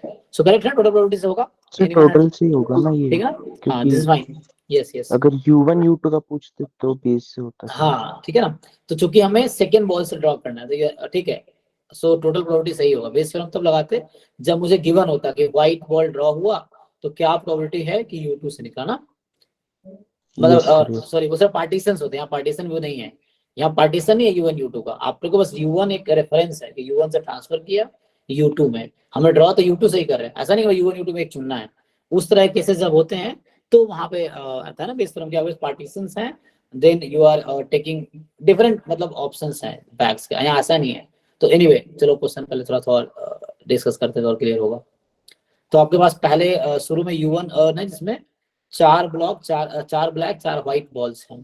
आपने 4 बॉल्स ड्रॉ किए और आपने ट्रांसफर किए। तो देखो ये जो ट्रांसफर का प्रोसेस है ना, ये पार्टीशन क्रिएट कर रहा है एक्चुअली। सो E1 E2 E3 E4 इस तरह के सिचुएशंस आएंगे। अब 4 बॉल तुम ट्रांसफर करोगे, बताओ क्या क्या हो सकता है। सर चारों ब्लैक, फिर एक ब्लैक, 2 ब्लैक, 3 ब्लैक, फिर हाँ इस तरह के सारे सिचुएशन, व्हाइट। 16 ways। जैसे क्या हो सकता है कि 0 व्हाइट 4 ब्लैक, है ना, इस तरह से, या 1 व्हाइट 3 ब्लैक 2 व्हाइट, इस तरह से सिचुएशंस हो सकती हैं। अब आपसे पूछ रहा है कि what is the probability that ball drawn from U2 is white. तो मैं इवेंट A ले लूंगा फॉर एग्जांपल, A मैंने नाम दे दिया कि ball drawn is white, ball जो ड्रॉ किया इज व्हाइट, मुझे व्हाइट की प्रोबेबिलिटी निकालनी है। सो अब आप क्या करोगे, प्रोबेबिलिटी ऑफ A आपको पता है टोटल प्रोबेबिलिटी से कि summation probability of EI into A given EI, ठीक ना, I जो भी हो सकता है, जितने पार्टीशन है I from 1 to N। Okay तो आपको पार्टीशन बनाने पड़ेंगे टोटल कि like 0 white 1 4 black 1 white 3 black 2 white 2 black 3 white 1 black 4 white 0 black, इस तरह से। एंड पहले ये है, उसके बाद अगर वैसा हुआ, ये मतलब इसे पूछ रहा probability that the ball drawn white जी we can use hypergeometric distribution. अच्छा okay so we can try. So hypergeometric में आप कैसे डिफाइन करते हैं। हाइपरज्योमेट्रिक में डिफाइन करते हैं कि अगर हमारे पास टोटल n मार्बल्स हैं, जी जी पर m and small n are red or black marbles, in probability finding black marbles are red marbles. Then here probability find to from U2 white balls. We define here 4 white ball and total 8 ball. We have done 4 ball. Okay. Then probability x equal to I. Suppose x is a transfer of white ball. X is a transfer of white balls. White Okay. ball. Okay. In probability x equal to I equal to 4ci, 4c, 4 minus I upon 8c4. Okay. Then you can use total probability. कर सकते हो, उससे भी try कर सकते हो। बात वही है, तुम डिस्ट्रीब्यूशन अगर लगाना है, जैसे क्या होता है व्हेन यू आर ट्रांसफरिंग, जब हम लोग हाइपरज्योमेट्रिक पढ़ते हैं तो वहाँ क्या करते हैं, टोटल आपके पास कितने बॉल ड्रॉ करने के हैं, वहां पे स्मॉल n ड्रॉ करते हो, है ना, this you draw balls and capital N होता है टोटल अवेलेबल, है ना, total number of available balls बोल दो। एंड M क्या है, जिस काइंड के तुम ढूंढ रहे हो, है ना। For example you define for white, what you are saying, number of white balls. तो यहाँ पे आप क्या करते हो कि प्रोबेबिलिटी x, अब x आप डिफाइन करते हो number of for example white balls, मैंने बोल दिया है ना। तो इस केस में आपके पास है x is equal to small x। So how do you find the probability कि टोटल आपने n ड्रॉ किए कितने में से, कैपिटल N में से। तो आपके पास डिनोमिनेटर में होता है n choose n, right, and numerator में क्या आता है, क्योंकि आपको x number of white ball चाहिए यहाँ पे, जैसे मैंने बोला। सो क्या हो गया, कितने व्हाइट है, मान लो m अवेलेबल, मैंने कहा m white balls are there in n, है ना, m white balls are there. So क्या हो गया, m choose x and then बचे टोटल n माइनस m। तो उसमें कितने ड्रॉ करोगे आप, n minus x. n minus x। Right. तो ये आपका हो गया। अब क्या करेंगे आप कि यहाँ तक ठीक है। तो ये था कि व्हाइट बॉल्स का चांस, यही चीज है। अगर आप जैसे शुरू में हम E1 लिख रहे थे तो इसी में ये वैरी करता रहेगा, है ना। ये जो x है आपकी क्या क्या वैल्यू होगी इस क्वेश्चन केस में, 0 1 कितना हो सकता है, और 2 3 4 4, है ना। तो अब यही चीज जो आप कर रहे थे वही हम अलग अलग सोचते हैं, इट्स फाइन। सो यहाँ से आप पार्टीशन बना लिया आपने। अब क्या करोगे आप, जैसे अब हम कह रहे हैं ए है ना, हमने व्हाइट बॉल वहां डिसाइड ही कर लिया ऑलरेडी। सो हमें चाहिए प्रोबेबिलिटी ऑफ ए क्या था कि बॉल ड्रॉन इज व्हाइट, है ना, बॉल ड्रॉन इज व्हाइट। सो आप क्या कह रहे थे, how to write it, this is summation I equal to 0 to 4, right. then probability a given x equal to I into okay, a given x is equal to I into probability this, yeah okay, I की value 0 to ये divide कर सकते हैं आप। तो वही चीज वहां भी था, बस हमने स्पेशल डिस्ट्रीब्यूशन ली, इज फाइन, यस। सो यहाँ से हमने i's डिफाइन किए हैं, दैट इज सेम थिंग। मैंने कहा कितनी पॉसिबिलिटीज हैं, सो हमने जो डिफाइन किया है यहाँ पे कि सेम थी, like even behind but they are, है ना, जो पॉसिबिलिटीज थी कि 0 व्हाइट 4 ब्लैक 1 व्हाइट। तो वही चीज है, इन्होंने क्या किया कि जो जो प्रोबेबिलिटी निकालनी है उसके एक डिस्ट्रीब्यूशन के थ्रू आपने सॉल्व कर लिया। दैट इज आल्सो फाइन कि व्हेन यू आर ड्राइंग, जैसे x जब 0 है तो 0 white you are drawing, then obviously उसके पीछे क्या है कि जब आपने 0 व्हाइट ड्रॉ किया तो 4 ब्लैक आए होंगे। That is fine, this is also fine, आप इसको यूज कर सकते हैं। सो स्टिल है ना, यूज ऑफ फाइंड वैल्यू, ठीक सर है। इससे हार्ड ही बन रहा है क्वेश्चन, मेरे हिसाब से आसान तो बन रहा है। नहीं एक्चुअली क्या है, जैसे अपना अंडरस्टैंडिंग की है, जैसे इनको आइडिया आया, सबको आइडिया नहीं आ सकता है एग्जैक्टली जैसे आप कह रहे हो, तो जैसे आपको मुश्किल लग रहा है, लेकिन जैसे इनको आइडिया आया पवन को, तो इट्स फाइन। अपना अपना उस पर डिपेंड करता है आपने कितनी प्रैक्टिस की, किस वे में प्रैक्टिस की है, तो ये डिपेंड करता है ना, ठीक है। बहुत सारे लोगों को डिफिकल्टी। सर वो सॉल्यूशन बुक आती है उसमें शायद यही तरीका दे रखा है। अच्छा, वहां ऐसा कर रखा है, ओके हाँ। कोई दिक्कत नहीं, आप अपने तरीके से सोचो, आप ऐसे मत करो, मैं तो ये कह रहा हूँ ऐसे मत करो। क्योंकि प्रॉब्लम क्या होता है कि जैसे क्या है कि जैसे कोई क्वेश्चन आप उठा रहे हो, तो सबसे पहले चीज होनी चाहिए कि आप खुद सोचो, क्योंकि वही आपको एग्जाम में हेल्प करेगा। ये चीजें हैं, अगर कोई किसी का सॉल्यूशन देख के आप समझ रहे हो तो आप फिर उस सॉल्यूशन को याद कर रहे हो, साइज पाओगे। तो जब नए क्वेश्चन आएंगे तो आप सोच नहीं पाओगे, फिर आप सॉल्यूशन ढूंढोगे ताकि उसको आप समझ सको। तो एनीवे जैसे इनको आइडिया है, दैट्स फाइन। अगर आपको कुछ उस तरीके से, मैं सोचा, मुझे लगा कि अलग अलग निकालना बेटर है, लाइक सोच लो कि 0 व्हाइट 4 ब्लैक के क्या है, तो उस तरह हम कर सकते हैं, अलग निकाल के फिर हम यहाँ से फाइंड कर लेंगे। तो अपने तरीके से जब भी कोई क्वेश्चन उठाते हो आप खुद से करो, कोई दिक्कत नहीं है। तो डिपेंड करता है किसको किस तरह का आइडिया, जिन लोगों ने जिस तरीके से प्रैक्टिस किया है उसके हिसाब से आपके माइंड ट्रेंड है, तो उसी हिसाब से वो एग्जाम में रिस्पॉन्ड करेगा जैसे आपने उसको ट्रेन किया है ना, सबकॉन्शियसली यही होता है। ठीक है, तो जिनको जो बेटर लगता है आप ट्राई करो मेन, है ना, उसके बाद अपना नेक्स्ट क्लास में करना। और मैं तो एडवाइस दूंगा, कोई भी पहले सॉल्यूशन किसी का मत देखो, है ना, मतलब चाहे बुक हो या ऑनलाइन हो, पहले खुद से आप थोड़ा टाइम दो चीजों को। टाइम से क्या होता है, वो क्वेश्चन सॉल्व हो ना हो, लेकिन उससे रिलेटेड बहुत सारे कॉन्सेप्ट आपके क्लियर हो जाएंगे उस क्वेश्चन सॉल्व करने के दौरान। तो ये सारा फायदा होता है, जब सॉल्यूशन आप देख लेते हो आपको दिमाग काम करना बंद कर देता है, फिर वो उसको समझने लगता है कि जो किसी ने किया है, अगर उसने गलत किया है तो आपका दिमाग उस गलत को सही प्रूव करने में लग जाएगा कि नहीं नहीं उसने अगर किया तो गलत हो ही नहीं सकता। तो आप सही सोच रहे थे पहले, अगर उसने गलत सॉल्व किया आप उसको सही प्रूव करने लगोगे कि नहीं ऐसे होना चाहिए, ऐसे आना चाहिए, है ना समटाइम्स। तो इसलिए सॉल्यूशन देखना सही नहीं होता पहले, मतलब ऐसे इन जनरल बता रहा हूँ मैं, ऐसे पवन ने अपना कुछ सोचा उस तरीके से या जैसे भी, और जिनको ये डिफिकल्ट वे लग रहा है तो उसको आसान से करो, मतलब अपने तरीके से करो, नो प्रॉब्लम, है ना। सर जैसे वैसे हमने, जो ये अभी हमने फॉलो करा है, हाँ अब इसमें सर हमें कंडीशनल प्रोबेबिलिटी तो निकालनी है, बाकी तो अपने पास निकल गई एक प्रोबेबिलिटी तो। हाँ, यहाँ भी कंडीशनल नहीं निकालनी पड़ेगी आपको, ये इंटरप्रिटेशन है इसका बस। जैसे इंटरप्रिटेशन क्या है, यहाँ पे बस ये है कि आपके पास अगर 0 व्हाइट आया तो क्या चांस है उसमें कि व्हाइट निकलने के चांस है ना। तो वहां तो हाँ व्हाइट सर 0 मतलब गया उस था। हिसाब से डेफिनेशन हाँ मतलब आपको बेस्ड जो कंडीशनल राइट, प्रोबेबिलिटी। हाँ हाँ, कंडीशनल प्रोड सिचुएशन बेसिकली, मतलब वो फॉर्मूला यहाँ लगाने की जरूरत नहीं पड़ेगी, वो कंडीशनल हाँ हाँ क्या, बस वो ये गिवन सिचुएशन है तो उस सिचुएशन तो उससे आप कर लेंगे। ठीक है, आप लोग अपने तरीके से ट्राई करो, जिसको जैसे आता है ट्राई करो पहले, देन बाद में जब खुद से नहीं होता देन कोई और तरीका ढूंढो या किसी और से समझो या सॉल्यूशन देखो, है ना।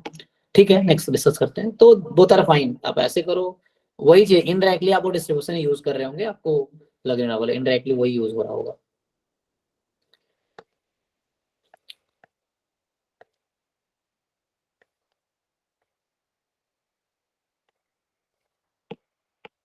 ओके, सो अभी कहाँ पे है?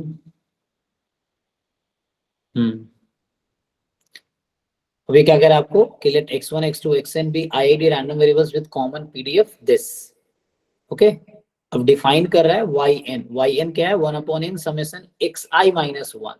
तो एक काम करना, पहले मान लो मैं yi डिफाइन कर देता हूँ xi माइनस 1, इसी तरह मुझे ये समझने में आसानी होगी। तो ये क्या हो जाएगा yi स्क्वायर, मतलब ये हो गया आपका कि सेकेंड सैंपल मोमेंट आ गया yi का, है ना, इस तरह से, मतलब 1/n समेशन yi स्क्वायर। अच्छा, अब यहाँ पे क्या है, जैसे आप ये डिस्ट्रीब्यूशन देखो ध्यान से, तो जब आप ये y x का डिस्ट्रीब्यूशन है, अगर आपसे मैं पूछूं ये देख के बताओ x माइनस 1 का डिस्ट्रीब्यूशन क्या आएगा अगर आप transformation Exponential with mean 2. Exponential with mean 2 आ जाएगी, तो वो थोड़े आसान हो जाएगा डील करने में कि अगर मैं xi माइनस 1 लेता हूँ तो yi are exponential with mean 2। अब जैसे भी आप पैरामीटर यूज करते हो, पैरामीटर 1/2 यूज करते हो, वैसे करो, तो एक्सपोनेंशियल विथ मीन 2 हो गया। अब क्या है कि probability yn minus k more than epsilon is equal to 0 when limit n tends to infinity for all epsilon more than 0। अब आपको अगर डेफिनेशन याद है हर टर्म का, जो सिलेबस में जो भी टर्म यूज हुए हैं, अगर वो हर टर्म का डेफिनेशन याद है तो इसको देख के आपके माइंड में खुद ही वो आइडिया क्लिक होगा ये किस टर्म की डेफिनेशन है। कोई बताओ मुझे किस टर्म की डेफिनेशन है? Convergence in probability. तो ये आपसे बता रहा है कि yn जो है converges in probability to k, और yn क्या है, अगर मैं yi डिफाइन कर दिया तो या कुछ नया डिफाइन कर लो आप, इसको कुछ और कर लो। अब अगर y में कंफ्यूजन नोटेशन में, so instead of taking yi आप कुछ और wi ले लो चाहो तो। सो फॉर एग्जांपल wi ले लेते, wi are exponential with mean 2, तो उस केस में क्या होगा कि that yn convergence to k। अब बाय लॉजिक जो yn है आपका वो कुछ ऐसा है 1/n summation wi square I from 1 to n। अब this quantity will converge in probability to what? By weak law of large number. expectation of yn.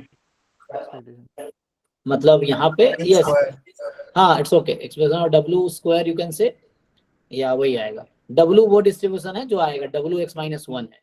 अगर मैं ऐसा बोल दूं कि लाइक x का डिस्ट्रीब्यूशन ये है, तो x माइनस 1 का जो डिस्ट्रीब्यूशन आएगा वो w हो गया। तो ईच सैंपल मतलब ईच सैंपल w1 w2 का डिस्ट्रीब्यूशन वही रहेगा जो x माइनस 1 का आएगा। तो उस केस में ये निकालना है आप। और w का डिस्ट्रीब्यूशन क्या है? Exponential with mean 2. Exponential with mean 2। तो एक्सपोनेंशियल विथ मीन 2 में EW कितना होता है और EW स्क्वायर कितना होता है, मतलब वेरिएंस W स्क्वायर निकाल, वेरिएंस W निकाल के आप ये निकाल लोगे ना, कितना आ जाएगा? 4 ये तो and 8. ये 2 हो गया, और ये यहाँ से आ जाएगा 2 प्लस मीन जो है कितना है टोटल, मतलब 4 होता है ना 4 plus 4. वेरिएंस 8 होगा। हाँ, तो ये 8 हो जाएगा, तो इसका आंसर 8 होना चाहिए। ठीक है, तो यहाँ पे क्या करना है, एक तो आपको डेफिनेशन याद होना चाहिए कन्वर्जेंस इन प्रोबेबिलिटी का, और दूसरी चीज याद होना चाहिए weak law of large number, तो उससे हो जाएगा। ठीक है, तो ये आप ट्राई करके देखो ना, अगर कुछ टर्म्स ना क्लियर हो नेक्स्ट क्लास में पूछो। सो नेक्स्ट क्या है? सो नेक्स्ट ट्राई करो, देखो नेक्स्ट 29, एक मिनट।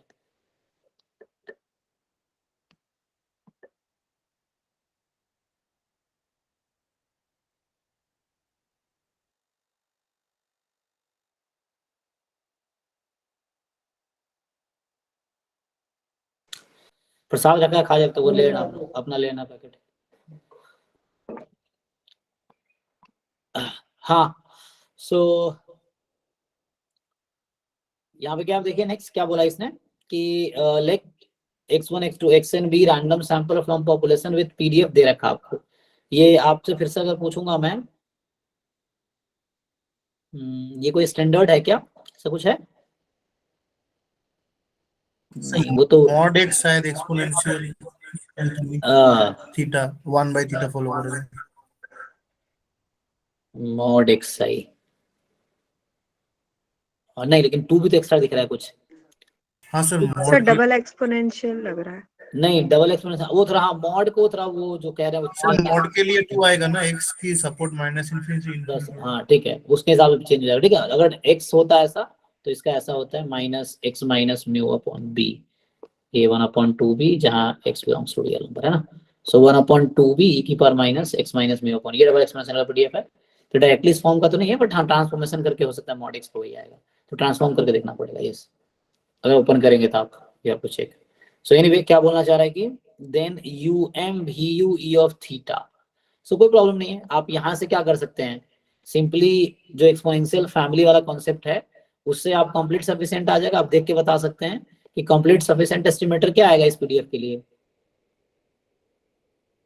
कोई बताओ आप में से, कंप्लीट सफिशिएंट क्या आएगा ये पीडीएफ से? समेशन मॉड xi आ जाएगा। अब आपको क्या करना होता है, लेमन-सेफी थ्योरम कहता है कि UMV क्या होता है कि आप इसका एक्सपेक्टेशन लो, मतलब कोई GT ढूंढो, फंक्शन ऑफ t ढूंढो जिसका मीन लेने पे तुम्हारा थीटा आ जाए, तो वो हो जाएगा। तो 4 ऑप्शन है, सबका मीन निकाल लो। तो मुझे लगता है A या B में से ही एक आंसर आ जाएगा, आपको और ज्यादा ढूंढना नहीं पड़ेगा। चेक कर लीजिए, A या B में से ही किसी का मीन, या तो A ऑप्शन का मीन थीटा आ जाएगा या B का थीटा आ जाएगा। बी का आता है जल्दी। तो इससे हो जाएगा।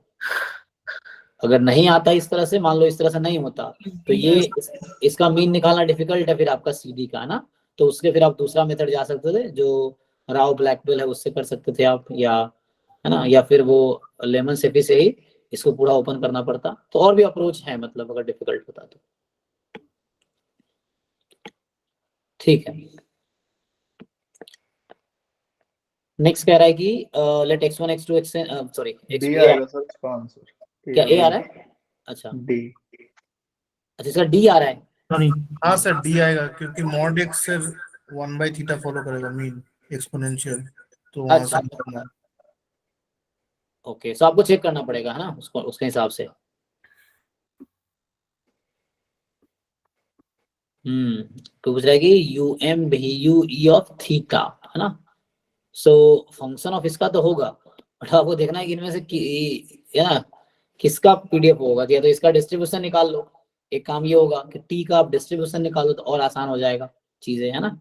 अगर मान लो टी का डिस्ट्रीब्यूशन निकाल लिया तो ये n-1/t हो गया, ये आपका n/t हो गया, है ना, ये आपका t/n हो गया, और ये आपका t/n-1 हो गया। तो t का डिस्ट्रीब्यूशन निकाल लो फिर। अगर मॉड xi का डिस्ट्रीब्यूशन जैसे आप लोग बता रहे थे, तो उससे मॉड xi इजीली देख लोगे डिस्ट्रीब्यूशन क्या है, और उसके बाद then you just take the final distribution of this quantity t, उसका डिस्ट्रीब्यूशन दिख जाएगा। तो उससे आप सिंपली एक्सपेक्टेशन ऑफ t निकालो, या उस हिसाब से 1/t यहाँ पे है, तो t and expectation of 1/t करके देखना पड़ेगा। करके देखो, अदरवाइज नेक्स्ट क्लास में डिस्कवर करेंगे। सो बस आज मैं सोचा था बस डिस्कस करें कैसे सॉल्व करना है, कि आप में से बहुत सारे लोग ऑलरेडी कर लिए होंगे ये, क्योंकि ना पहले पेपर सबने कर ही लिए होंगे, और जो लोग रिपीटर्स हैं उनको तो पता ही होगा। सो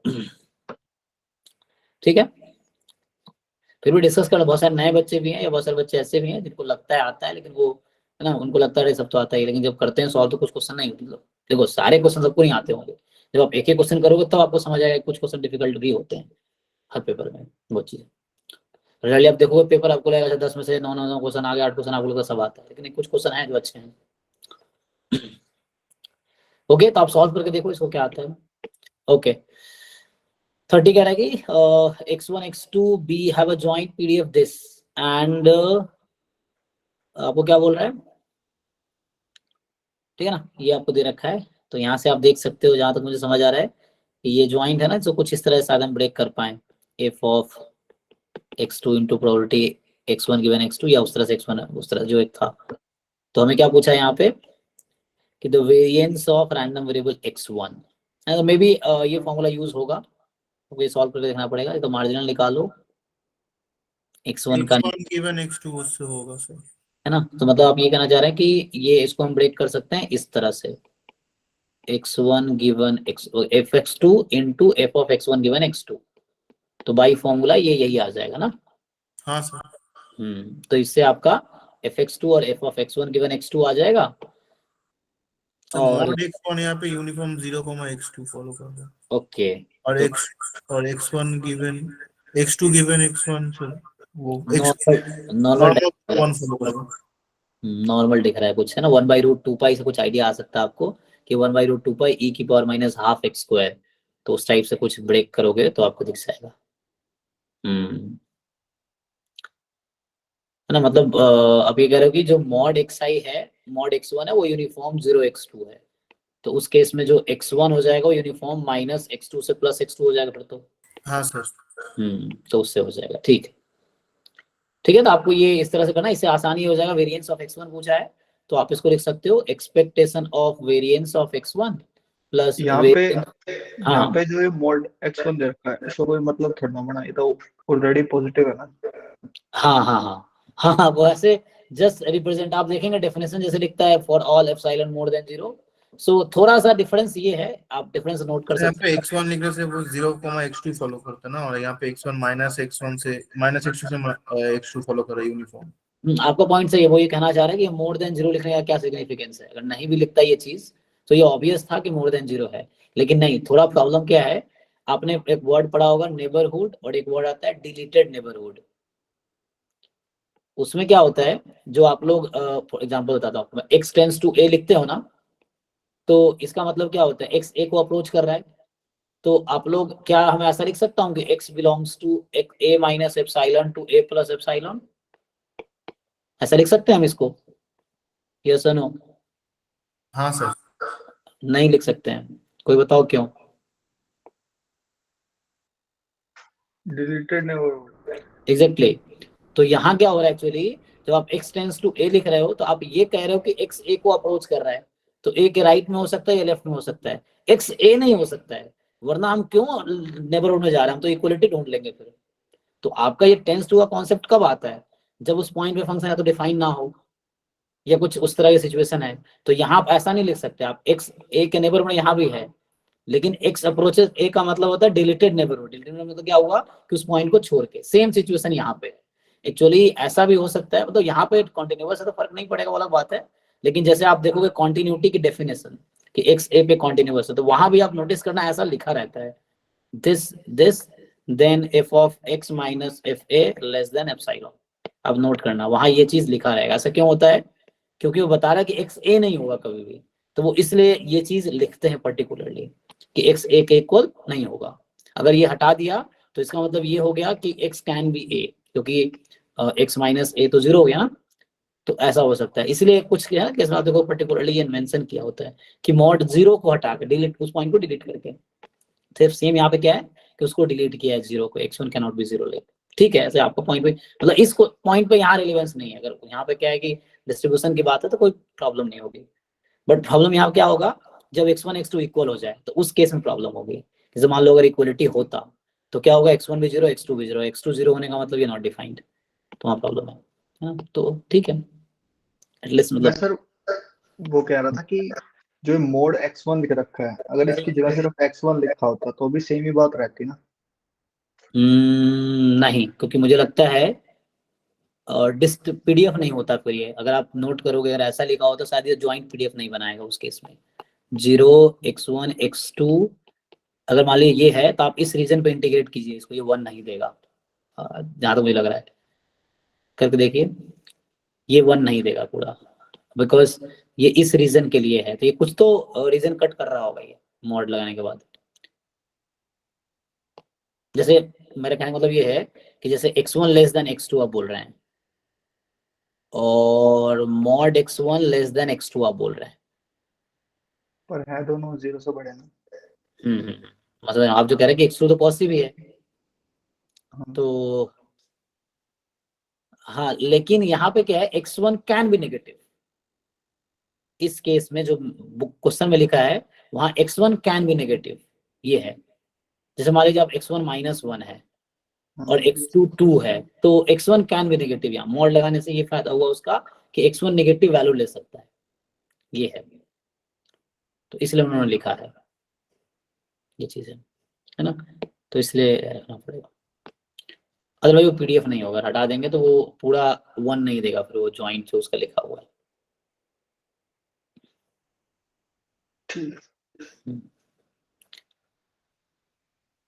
ठीक है, अच्छा मैं जब बता रहा था, मैं एग्जांपल ये बता दूं पूरा कंप्लीट कर दूं, तो इसका मतलब जो मैंने लिखा था कि इसका मतलब ये नहीं होता है ना, a minus epsilon to a plus epsilon, इसका मतलब है दिस माइनस पॉइंट a, इसका मतलब ये है कि इस इंटरवल में a को हटा रखा आपने, तो डिलीटेड नेबरहुड है ये a का x। ओके, तो आगे बढ़ते हैं। सो यहाँ पे हमारे पास है 31। ठीक है, आप इसको उस तरह से कीजिएगा, product of x2 into conditional या x1 जो भी बता रहे, तो उसके ट्राई करके देखो, मतलब पीडीएफ बनना चाहिए, तो प्रोडक्ट पीडीएफ प्रोडक्ट बनना चाहिए। तो F of x1 into x2 given x1 उससे होगा। ठीक है, फिर वो कंडीशनल का फॉर्मूला है वेरिएंस में, वो यूज करना आपको। नेक्स्ट आते हैं 31। 31 क्या कह रहा है कि Sn denote the number of heads obtained in n independent tosses of a fair coin. आपने एक फेयर कॉइन को n टाइम टॉस किया, तो using Chebyshev inequality smallest value of n such that. तो आप सब जानते हैं कि ये एक टॉस बर्नौली ट्रायल है, तो इसने कहा कि नंबर ऑफ हेड्स, तो Sn कुछ इस टाइप से है, समेशन xi बोल देता हूं मैं, और each xi is the Bernoulli. तो Sn है ना, क्योंकि हर टॉस में 0 या 1, मतलब टेल को डिफाइन उस तरह डिफाइन कर दो, और बोल रहा है कि equality smallest value of n such that. तो ये x बार हो गया, आपको समझ आ रहा होगा, Sn अपॉन n x बार हो गया। तो ये कुछ इस तरह से लिखा है, x bar minus half less than equal to, चलो फॉर एग्जाम्पल साइलेंट लिख देता हूँ यहाँ पे मैं, तो है ना, more than equal to the by formula variance of x bar upon epsilon square. ये कब होगा, जब हाफ x बार का मीन है।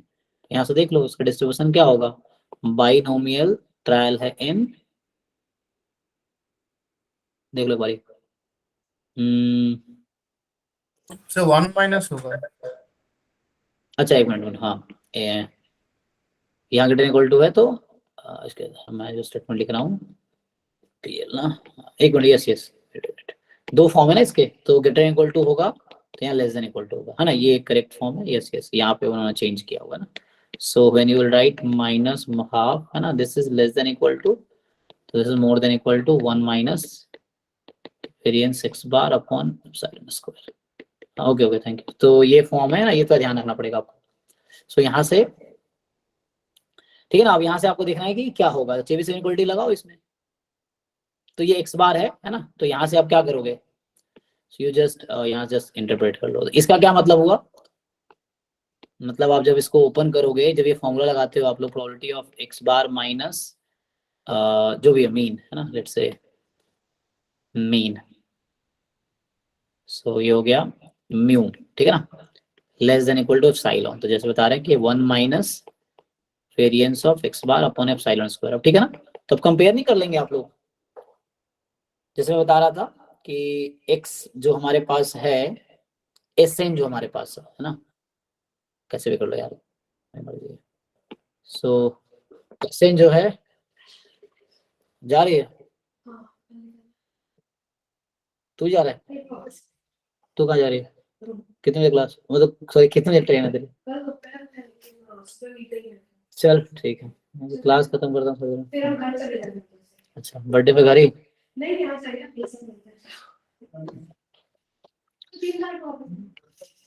ओके तो हाँ ठीक है। सो यहाँ पे क्या है,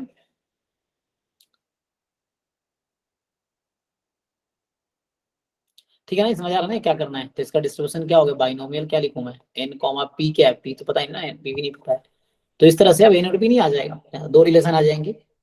वो हाफ नहीं होगा, फेयर कॉइन है सब फेयर कॉइन है। फेयर कॉइन दे रखा ना, number of heads of fair coin, हाँ ठीक है, फिर आगे, तो अब कंपेयर कर देंगे वेरिएंस के फॉर्मूले में डाल के।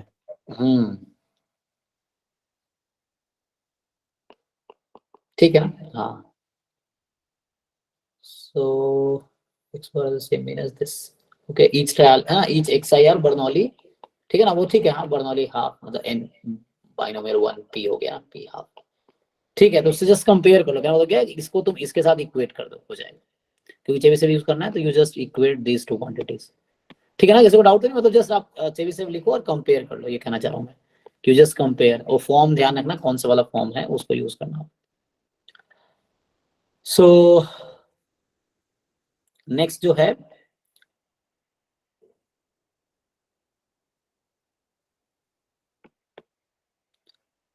क्या बोला है कि x y be independent binomial 3,1/3 variable, then probability that the matrix this is orthogonal.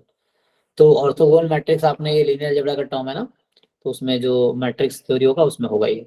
सो वो बताओ ऑर्थोगोनल मैट्रिक्स क्या होता है, जैसे ये पी मैट्रिक्स है, P transpose is equals to I. हाँ, P इंटू पी ट्रांसपोज आपका आई है, उसमें रिलेशन ये होता है this square plus this square is 1, one square plus this square is 1, this square plus this square is 1, this square plus this square is 1, ये होता है ना, तो उससे रिलेशंस आ जाएंगे। सिर्फ मतलब ऐसा, डॉट प्रोडक्ट जीरो भी तो होता है। हाँ वो भी है, दिस इनटू दिस, ओके। हाँ तो यहाँ सारे रिलेशंस आ जाएंगे, ओके, और ये आ जाए तो बाकी सारे रिलेशन आ जाएंगे, है ना, यहीं से आ जाएगा। तो P इंटू पी ट्रांसपोज आई है, इसकी प्रोबेबिलिटी निकालनी है, तो यहाँ से कुछ रिलेशंस आ जाएंगे, ठीक है। तो यहाँ से आप कुछ रिलेशंस फाइंड कर लो और यहाँ से आपके आंसर आ जाएंगे।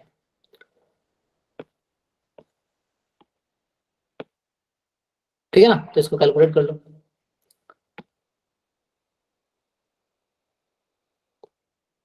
Yes sir. हो जाएगा वो डेफिनेशन लगा कर।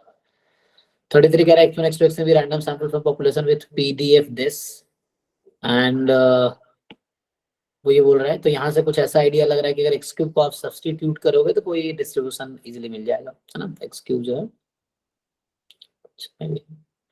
तो जरूरत नहीं पड़ेगी, डायरेक्टली हो जाएगा MLE ऑफ अल्फा। तो MLE का डेफिनेशन यूज करो, लाइक्लीहुड फंक्शन डिफाइन करो and then you maximize it for different alpha, ठीक है। सो इसको मैक्सिमाइज कर लो डिफरेंट अल्फा के लिए, सॉरी क्या बोला, मैक्सिमाइज कर लो अल्फा के लिए ना, लाइक्लीहुड फंक्शन आ जाएगा। तो इसमें तुम पता ही तुम्हें क्या करना है, जरूरत पड़े तो लॉग ले लो, लॉग लाइक्लीहुड फंक्शन ले लो, डिफरेंशिएट करके 0 पुट करो, अल्फा की वैल्यू आ जाएगी, फिर उस अल्फा के लिए देख लो मैक्सिमम, है ना, मिलेगा। 34 क्या x1 x2 xn भी random sample from uniform 0 theta distribution, और T1 तुम्हारे पास है 2/n summation xi, i from 1 to n, so T1 है 2/n समेशन xi, मतलब 2x बार टाइप, राइट, 2x बार, हाँ, और T2 है मैक्सिमम होता है nth order statistics, okay. Then which one of the following is not correct statement, तो एक तो 2x बार है, और जहां तक मुझे याद आ रहा है ना, मेथड ऑफ मोमेंट ऐसा कुछ आता है ना ये, सो 2x बार, और यहाँ से this is nth order statistics, so T1 is method of moment estimator, so correct है ना, क्योंकि इसका सैंपल मीन x बार है और पॉपुलेशन मीन θ/2 है, इक्वेट करोगे तो आ जाएगा। सो ये पहला लाइन तो ठीक लग रहा है। T2 इज MLE, जब MLE निकालते हो तो क्या आता है, xi रीजन दिया, X order n. ठीक है ना, तो करेक्ट है। तो पहला ट्रू स्टेटमेंट हमें चुनना है, ट्रू नहीं है, so this statement is true. Both T1 and T2 are consistent estimator, so consistent check करने के लिए क्या करते हो आप, that should converge in probability to theta, so 2x bar when converge in probability to theta, that is fine.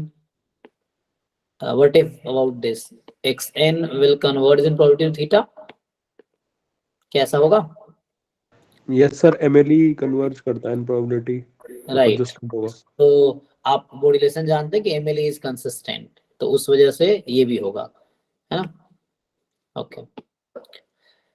सो ये भी true statement है, मतलब ट्रू है, ठीक है। अब आपको बोल रहा है both T1 and T2 are unbiased, तो आप ये तो ठीक है 2x बार तो अनबायस्ड हो जाएगा, बट क्या ये अनबायस्ड है xn, No sir. हाँ, तो इस N वजह plus से, 1/n.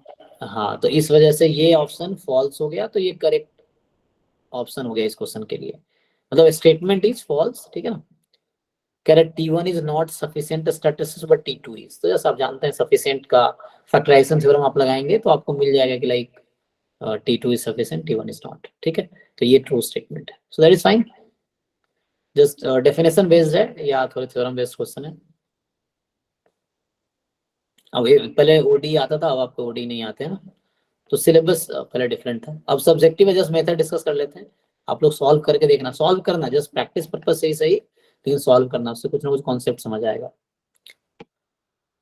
So suppose that 5 distinct balls are distributed at random into 3 distinct boxes।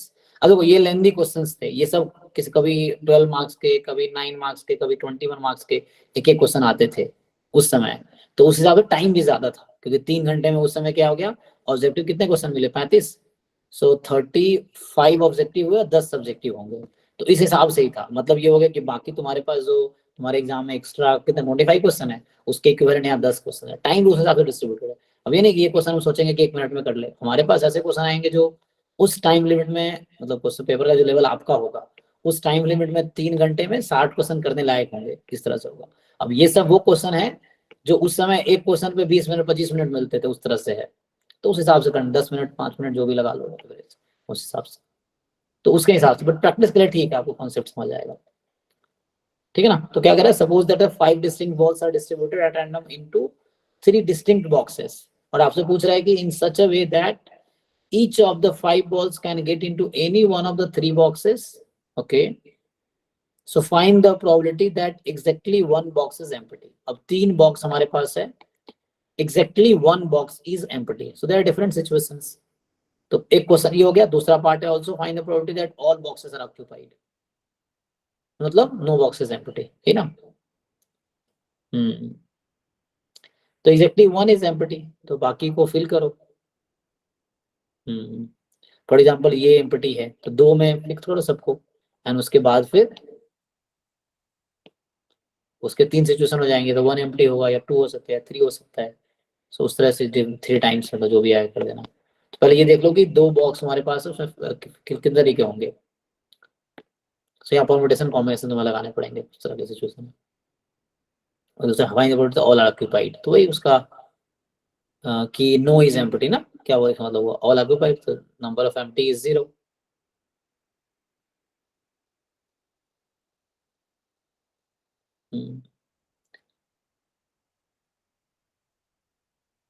ठीक है, आप ट्राई कर सकते हो, कॉन्सेप्ट क्वेश्चन समझ रहा है, करना कि क्वेश्चन समझना है, उसके बाद ट्राई करके देखो। कॉम्बिनेशन 5 डिफरेंट बॉल है, 3 डिफरेंट बॉक्स है, और आपको 5 बॉल को you have to place into 3 boxes. पहला क्वेश्चन है कि आप probability exactly 1 box is empty है। दूसरा है कि ऑल बॉक्सेस आर ऑक्यूपाइड, मतलब 0 बॉक्स इज एम्प्टी। वो चीज है, पहले में एग्जैक्टली 1 एम्प्टी है, यहाँ 0 एम्प्टी, इस तरह से ये प्रोबेबिलिटी निकालनी है। तो ट्राई करके देखो, नेक्स्ट क्लास में पूछो। यहाँ पे क्या बोल रहा है कि x1 x2 xn be the random variable such that, sorry, with the common PDF this, तो x माइनस थीटा एक्सपोनेंशियल 1 हो जाएगा, ये ना। और y मिनिमम है, मतलब फर्स्ट ऑर्डर स्टैटिस्टिक्स है। So find a coefficient, sorry, find a confidence interval for theta of the type this, okay, मतलब ये first order statistics this type निकालो, और उसके बाद बोल रहा है b there having the confidence coefficient this, मतलब ये हो गया कहने मतलब कि इतना 1 माइनस अल्फा %, तो वो तो आपका हो गया 95%। Find the confidence interval for theta, ये सब्जेक्टिव क्वेश्चन था उस तरह से, ठीक उस टाइम। तो of the type this, like first order statistics minus b, ये फर्स्ट ऑर्डर, ये ना। तो सिंपल है ना, प्रोबेबिलिटी जो हमने इस तरह क्वेश्चन दिस मोर देन, ये बाद में भी इस तरह क्वेश्चन आए हैं, ये हो गया, and this is equal to 95%, ठीक है। अब आप यहाँ से इजीली x1 माइनस कर लोगे, आपको आइडिया है, तो लाइक इस तरह का बना लो केस, ठीक है, तो उससे हो जाएगा, ठीक है ना। y if you take x minus theta, तो ये इजीली हो जाएगा एक्सपोनेंशियल 1, तो उसके हिसाब से इसको ब्रेक कर लो, एंड देन यू जस्ट पूछ रहा है कि b कॉन्फिडेंस ऑफ थीटा मतलब टाइप दिस। अच्छा, तो मैं b फाइंड करना होगा पहले आपको, you have to just find b की वैल्यू यहाँ से निकालनी पड़ेगी आपको कि b ऐसा क्या होगा, ठीक है। तो सब हो जाएगा ये b से, है ना। ये जस्ट इसको शिफ्ट कर लेना, इसी स्टेटमेंट से आगे बढ़ो तो आ जाएगा कि आपको b क्या होगा। तो एक्स आई माइनस थीटा भी आपको मिल जाएगा यहाँ से डिस्ट्रीब्यूशन, और उससे हो जाएगा। कुछ रिजल्ट होता है ना इस केस में,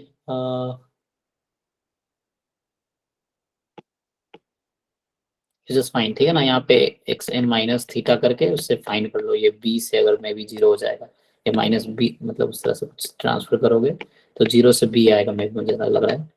दिस इज 0.95। अब देख लो b क्या होगा, इसका डिस्ट्रीब्यूशन पता कर लो, हो जाएगा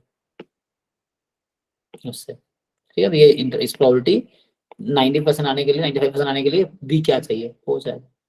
सो जस्ट ट्राई, सॉल्व करो, सीखने के लिए सॉल्व करो, ठीक है ना। तो 2 cars A and B are traveling independently in the same direction.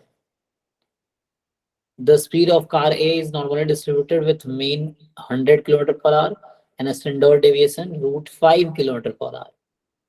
तो पहला कार जो है ना, उसकी जो स्पीड है वो रैंडम वेरिएबल स्पीड, तो उसका मीन जो है 100 है और स्टैंडर्ड डेविएशन √5 है। Speed of car b normally distributed which mean 100 and standard deviation 2 है। इनिशियली जब टाइम 0 था, car a is 3 kilometre ahead of car b.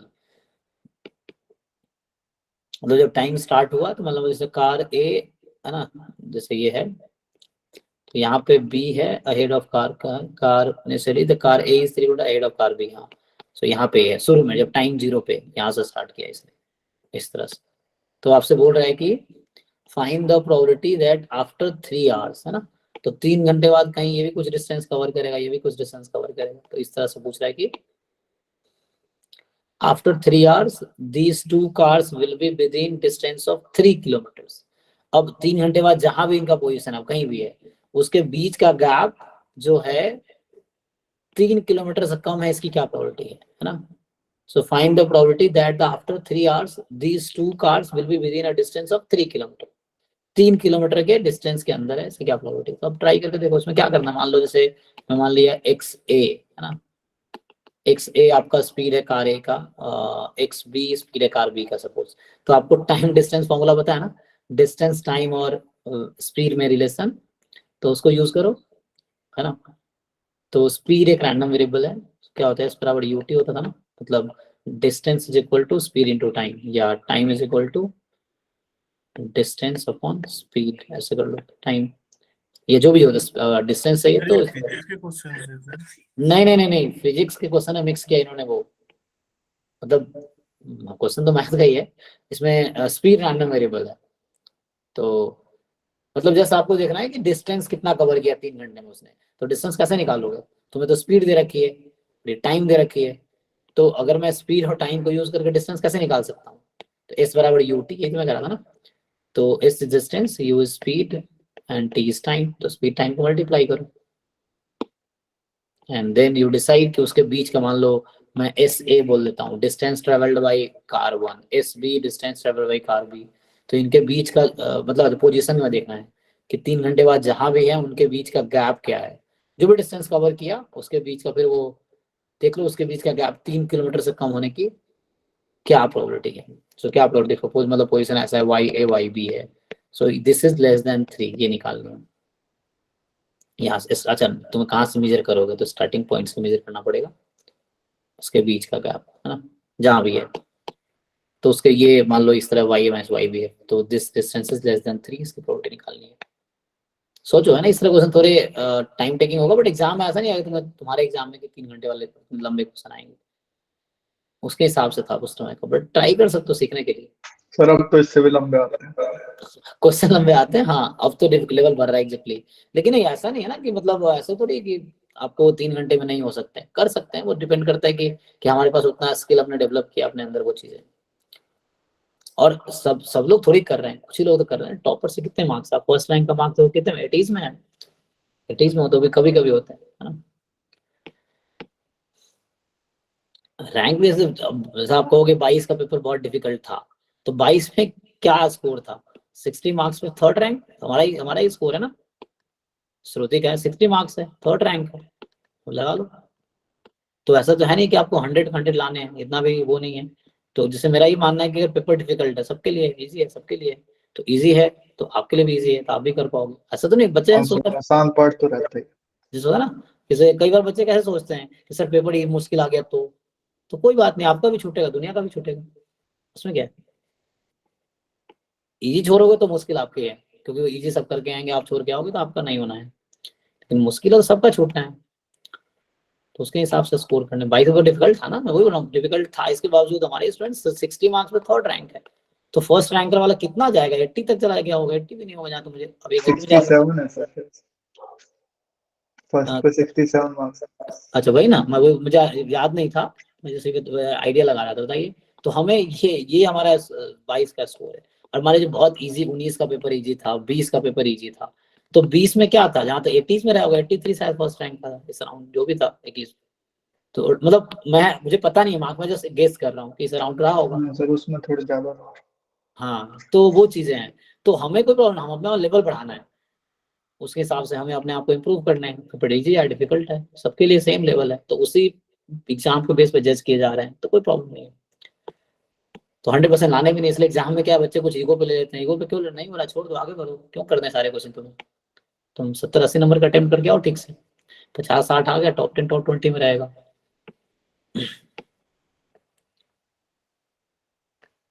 हाँ सर यही कोशिश।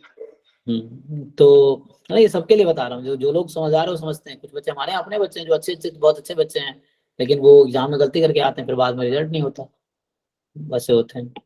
गलती इस तरह की नहीं, क्वेश्चन कर टाइम वेस्ट कर रहे हैं, क्वेश्चन क्यों करना, नहीं बोला छोड़ दो, आगे बढ़ो। ओके मतलब मैंने भी खुद अभी गेट में लास्ट में गलती की थी। क्या है कि आपका लास्ट तक पहुंच ही नहीं पाते हो आप, मतलब मैं खुद पहुंच नहीं पाया था, उस तरह होते हैं कई बार, कर रहे हैं आराम से वैसे। तो आपको देखना है कि पहले पूरे कवर करने हैं क्वेश्चन, आप फर्स्ट राउंड में पूरे कवर करो, सेकंड राउंड स्टार्ट करो, जो छूट गया उसको सेकंड राउंड में करो, थर्ड राउंड में आओ उसमें फिर छूट गया उसमें करो, ऐसे करके स्टार्ट। इससे क्या फायदा कि इजी क्वेश्चन नहीं छूटेगा। अब मान लो 50 से 60 में इजी क्वेश्चन था, अब 40 तक पहुंचते पहुंचते 3 घंटा खत्म हो गया, आपने 20 क्वेश्चन देखे ही नहीं कि वो कैसे क्वेश्चन थे। तो ओके सो इस तरह ट्राई कीजिए सीखने के लिए, है ना। हालांकि पेपर है ना अभी डिफिकल्ट, 21-22 का डिफिकल्ट पेपर है, ठीक है। अपने आप को आप इम्प्रूव कीजिए उस लेवल पे, और ये नहीं मानना कि डिफिकल्ट आएगा तो हमसे नहीं होगा, किसी से नहीं होगा, इसलिए टेंशन अपना लेवल बढ़ाओ। So let the conditional PDF x दे रखा है गिवन y, तो आपको x गिवन y दे रखा है आपको, ठीक है ना, b गिवन y दिस, ये x गिवन y का डिस्ट्रीब्यूशन है। ओके इसको आप थोड़ा घटा लोगे तो माइनस कॉमन ले लोगे तो y माइनस एक्स हो जाएगा, माइनस एक्स, तो minus of x minus y, मतलब कहने मतलब मैं w का मान लूँ x माइनस वाई को, तो ये कुछ इस तरह से ट्रांसफॉर्मेशन हो सकता है। तो x गिवन y का डिस्ट्रीब्यूशन ये है आपके पास, और y का डिस्ट्रीब्यूशन दे रखा है आपको यहाँ पे, तो बोल रहा है कि मार्जिनल डेंसिटी ऑफ x, तो ठीक है ना, तो ये आपको फॉर्मूला पता है कि पहले तो मैं लिख सकता हूँ ज्वाइंट मुझे चाहिए, तो आपको पता है ज्वाइंट क्या होता है y, so this y into probability of x given y,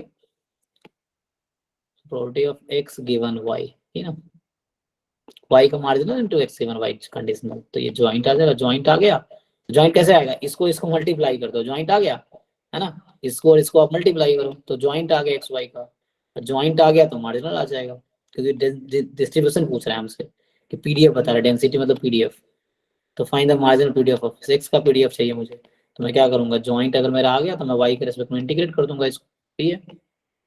फिर also find the correlation coefficient between x and y, है ना, so also find the correlation coefficient between x and y, तो आपको ये करना है।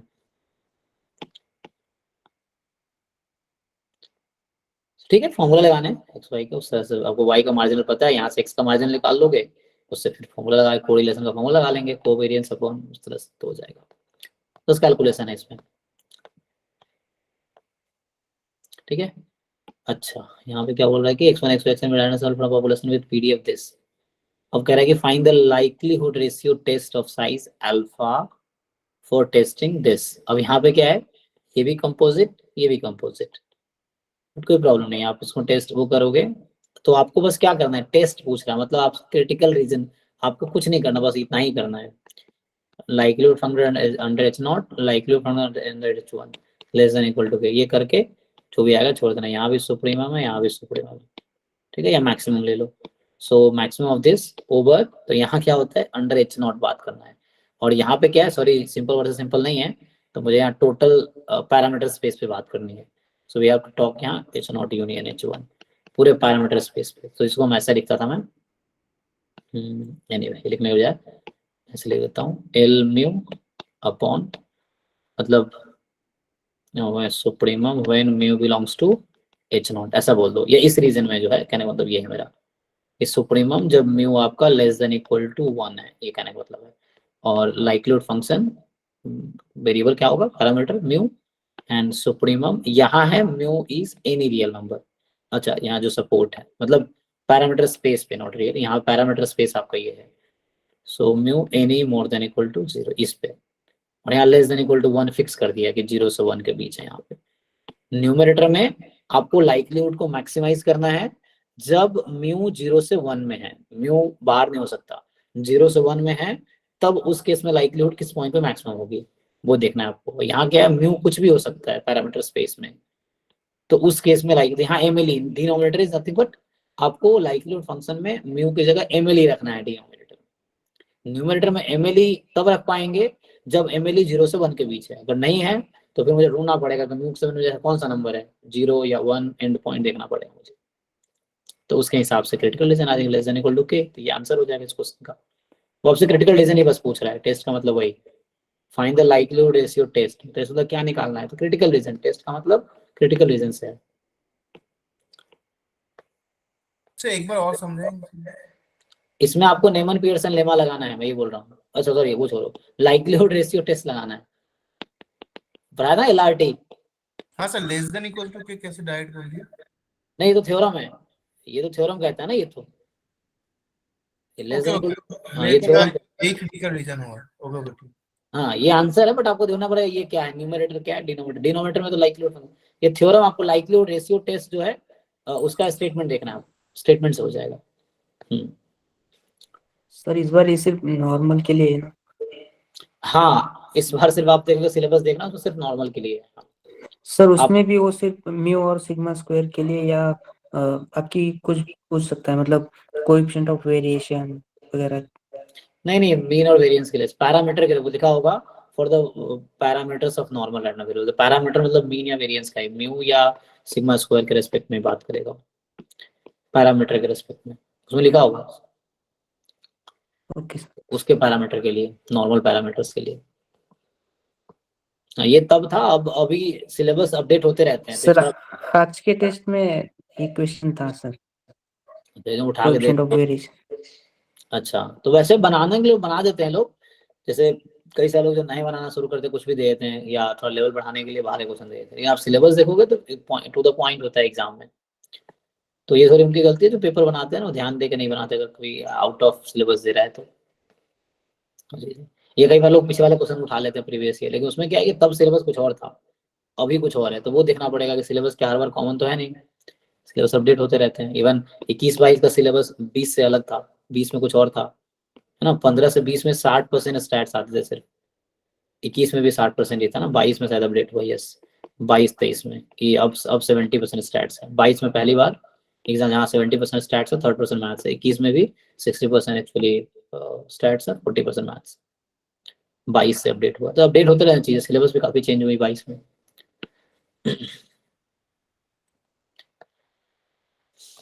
ओके तो ये ट्राई करके देखिए क्या आता है, फिर उसके हिसाब से।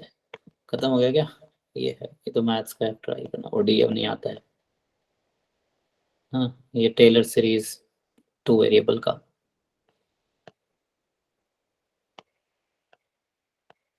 खत्म हो गया लगता है। ठीक है तो आज हमने डिस्कस किया, आपका काम ये है कि आपको ये सॉल्व करने हैं, एंड देन नेक्स्ट क्लास में हम लोग टेस्ट 2 डिस्कस करेंगे, सॉरी टेस्ट 12 डाउट के बाद। तो आप 2014 होमवर्क ये है कि आप 2014 का फिनिश कर लीजिए, और टेस्ट 12 भी आप देख लीजिएगा कौन कौन सा डाउट है, तो वो डिस्कस करेंगे, इसके डाउट्स और इसके डाउट से।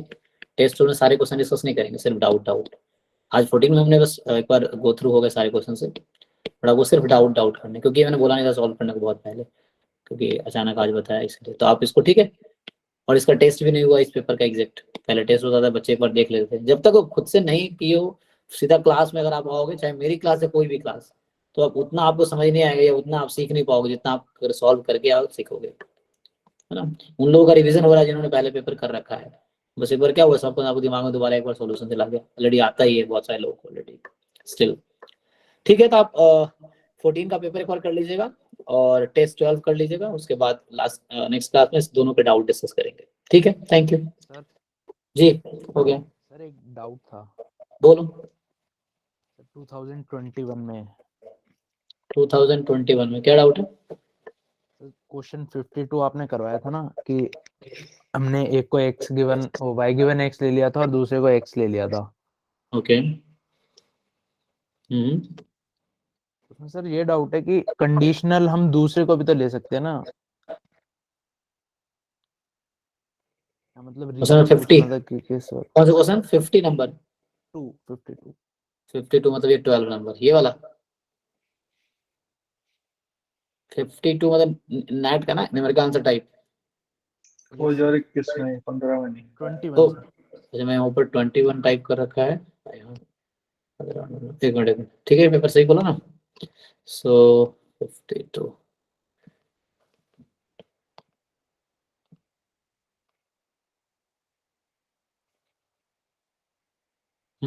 हाँ ठीक है, ये है 52। यस बताइए। सर इसमें जैसे हमने एक को यूनिफॉर्म ले लिया था y गिवन x को और x को नॉर्मल बना दिया था, तो सर इसमें यही पूछना था कि अगर जैसे नॉर्मल वाला है उसे x गिवन y को नहीं ले सकते हम?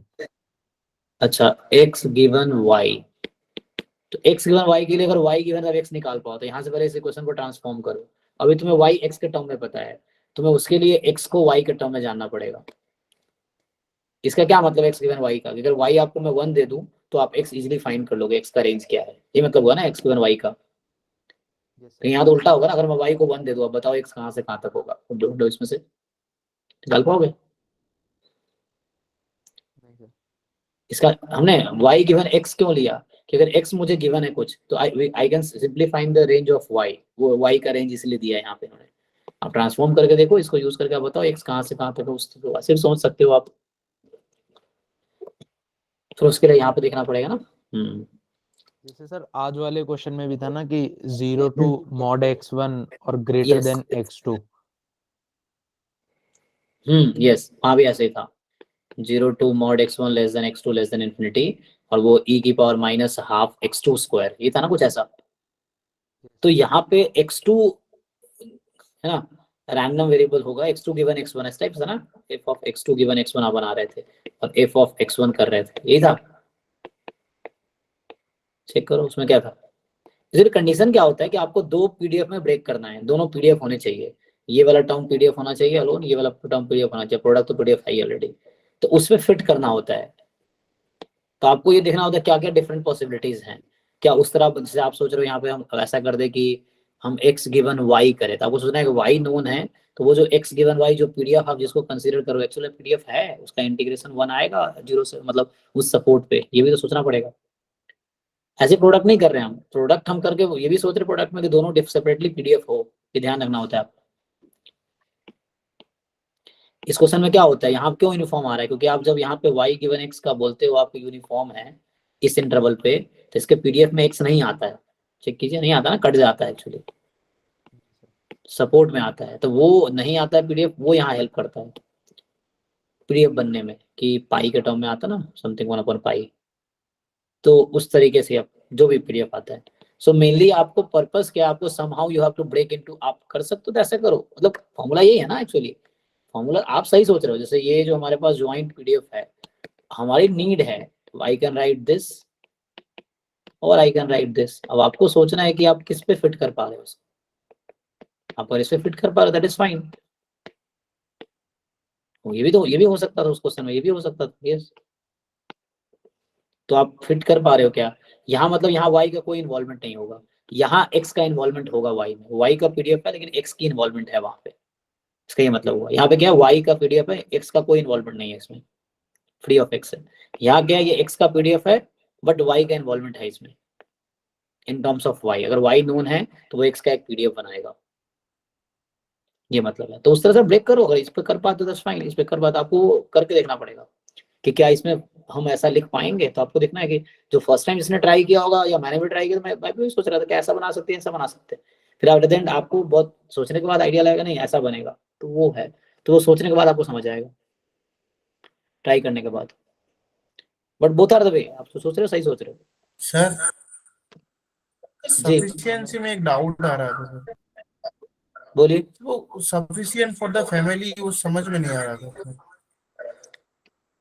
Sufficient for the family, sufficiency और कंप्लीटनेस उस पूरी डिस्ट्रीब्यूशन की प्रॉपर्टी है, पैरामीटर की प्रॉपर्टी नहीं है, अनबायस्डनेस पैरामीटर की प्रॉपर्टी है, ठीक है ना। कंप्लीटनेस और सफिशिएंसी डिस्ट्रीब्यूशन की प्रॉपर्टी है, मतलब कोई एस्टिमेटर अगर थीटा के लिए सफिशिएंट है तो थीटा स्क्वायर के लिए भी है, थीटा क्यूब के लिए भी है, वो पूरे डिस्ट्रीब्यूशन के लिए सफिशिएंट है वो स्टैटिस्टिक्स, वो एस्टिमेटर, वो थीटा पे डिपेंड नहीं कर रहा पैरामीटर पे। सर नॉर्मल थीटा का थीटा स्क्वायर के लिए सर, हाँ तो आप चेक कीजिए किस क्या ले रहे हैं स्टैटिस्टिक्स, आप एक्स की बात कर, xi का समेशन xi स्क्वायर, हाँ ये आपका आता है, ये स्कीमेटर, ये एक्चुअली आप देखेंगे इसका फंक्शन लो, आपका ये होता है ना कि इसका मीन कोई फंक्शन ले 0 हो जाए, दिस शुड बी 0, तो ऐसा एक फंक्शन मिल जाता है इन दोनों के टर्म में जिसका मीन 0 है लेकिन ये 0 नहीं है, तो इसीलिए ये कंप्लीट नहीं है। वीके रोजली में ऐसा लिखा है कि सफिशिएंसी और कंप्लीटनेस, मतलब ऐसा कुछ लिखा है, उल्टा काम करता है। तो लिखा है ये सफिशिएंट है, कंप्लीट नहीं है। यस, वीकर में एग्जांपल है ये सफिशिएंट है बट सफिशिएंट हो जाएगा फैक्टराइजेशन थ्योरम से, कंप्लीट नहीं है, डेफिनेशन के अगेंस्ट आता है इसलिए कंप्लीट नहीं है। सर एक पॉइंट है सर, उसका पिक्चर भेजो सर, वो समझ में नहीं आ रहा है क्या लिखा है वीके रोजली। हाँ बताओ क्या है।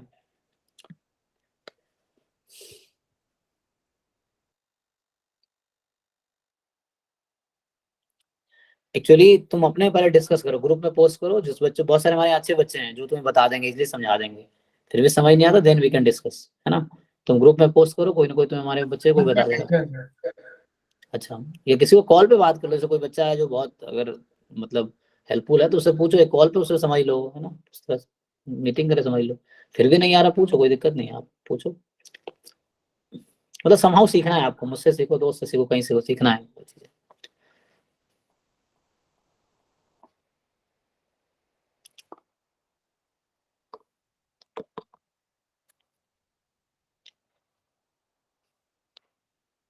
क्या इसमें डाउट है?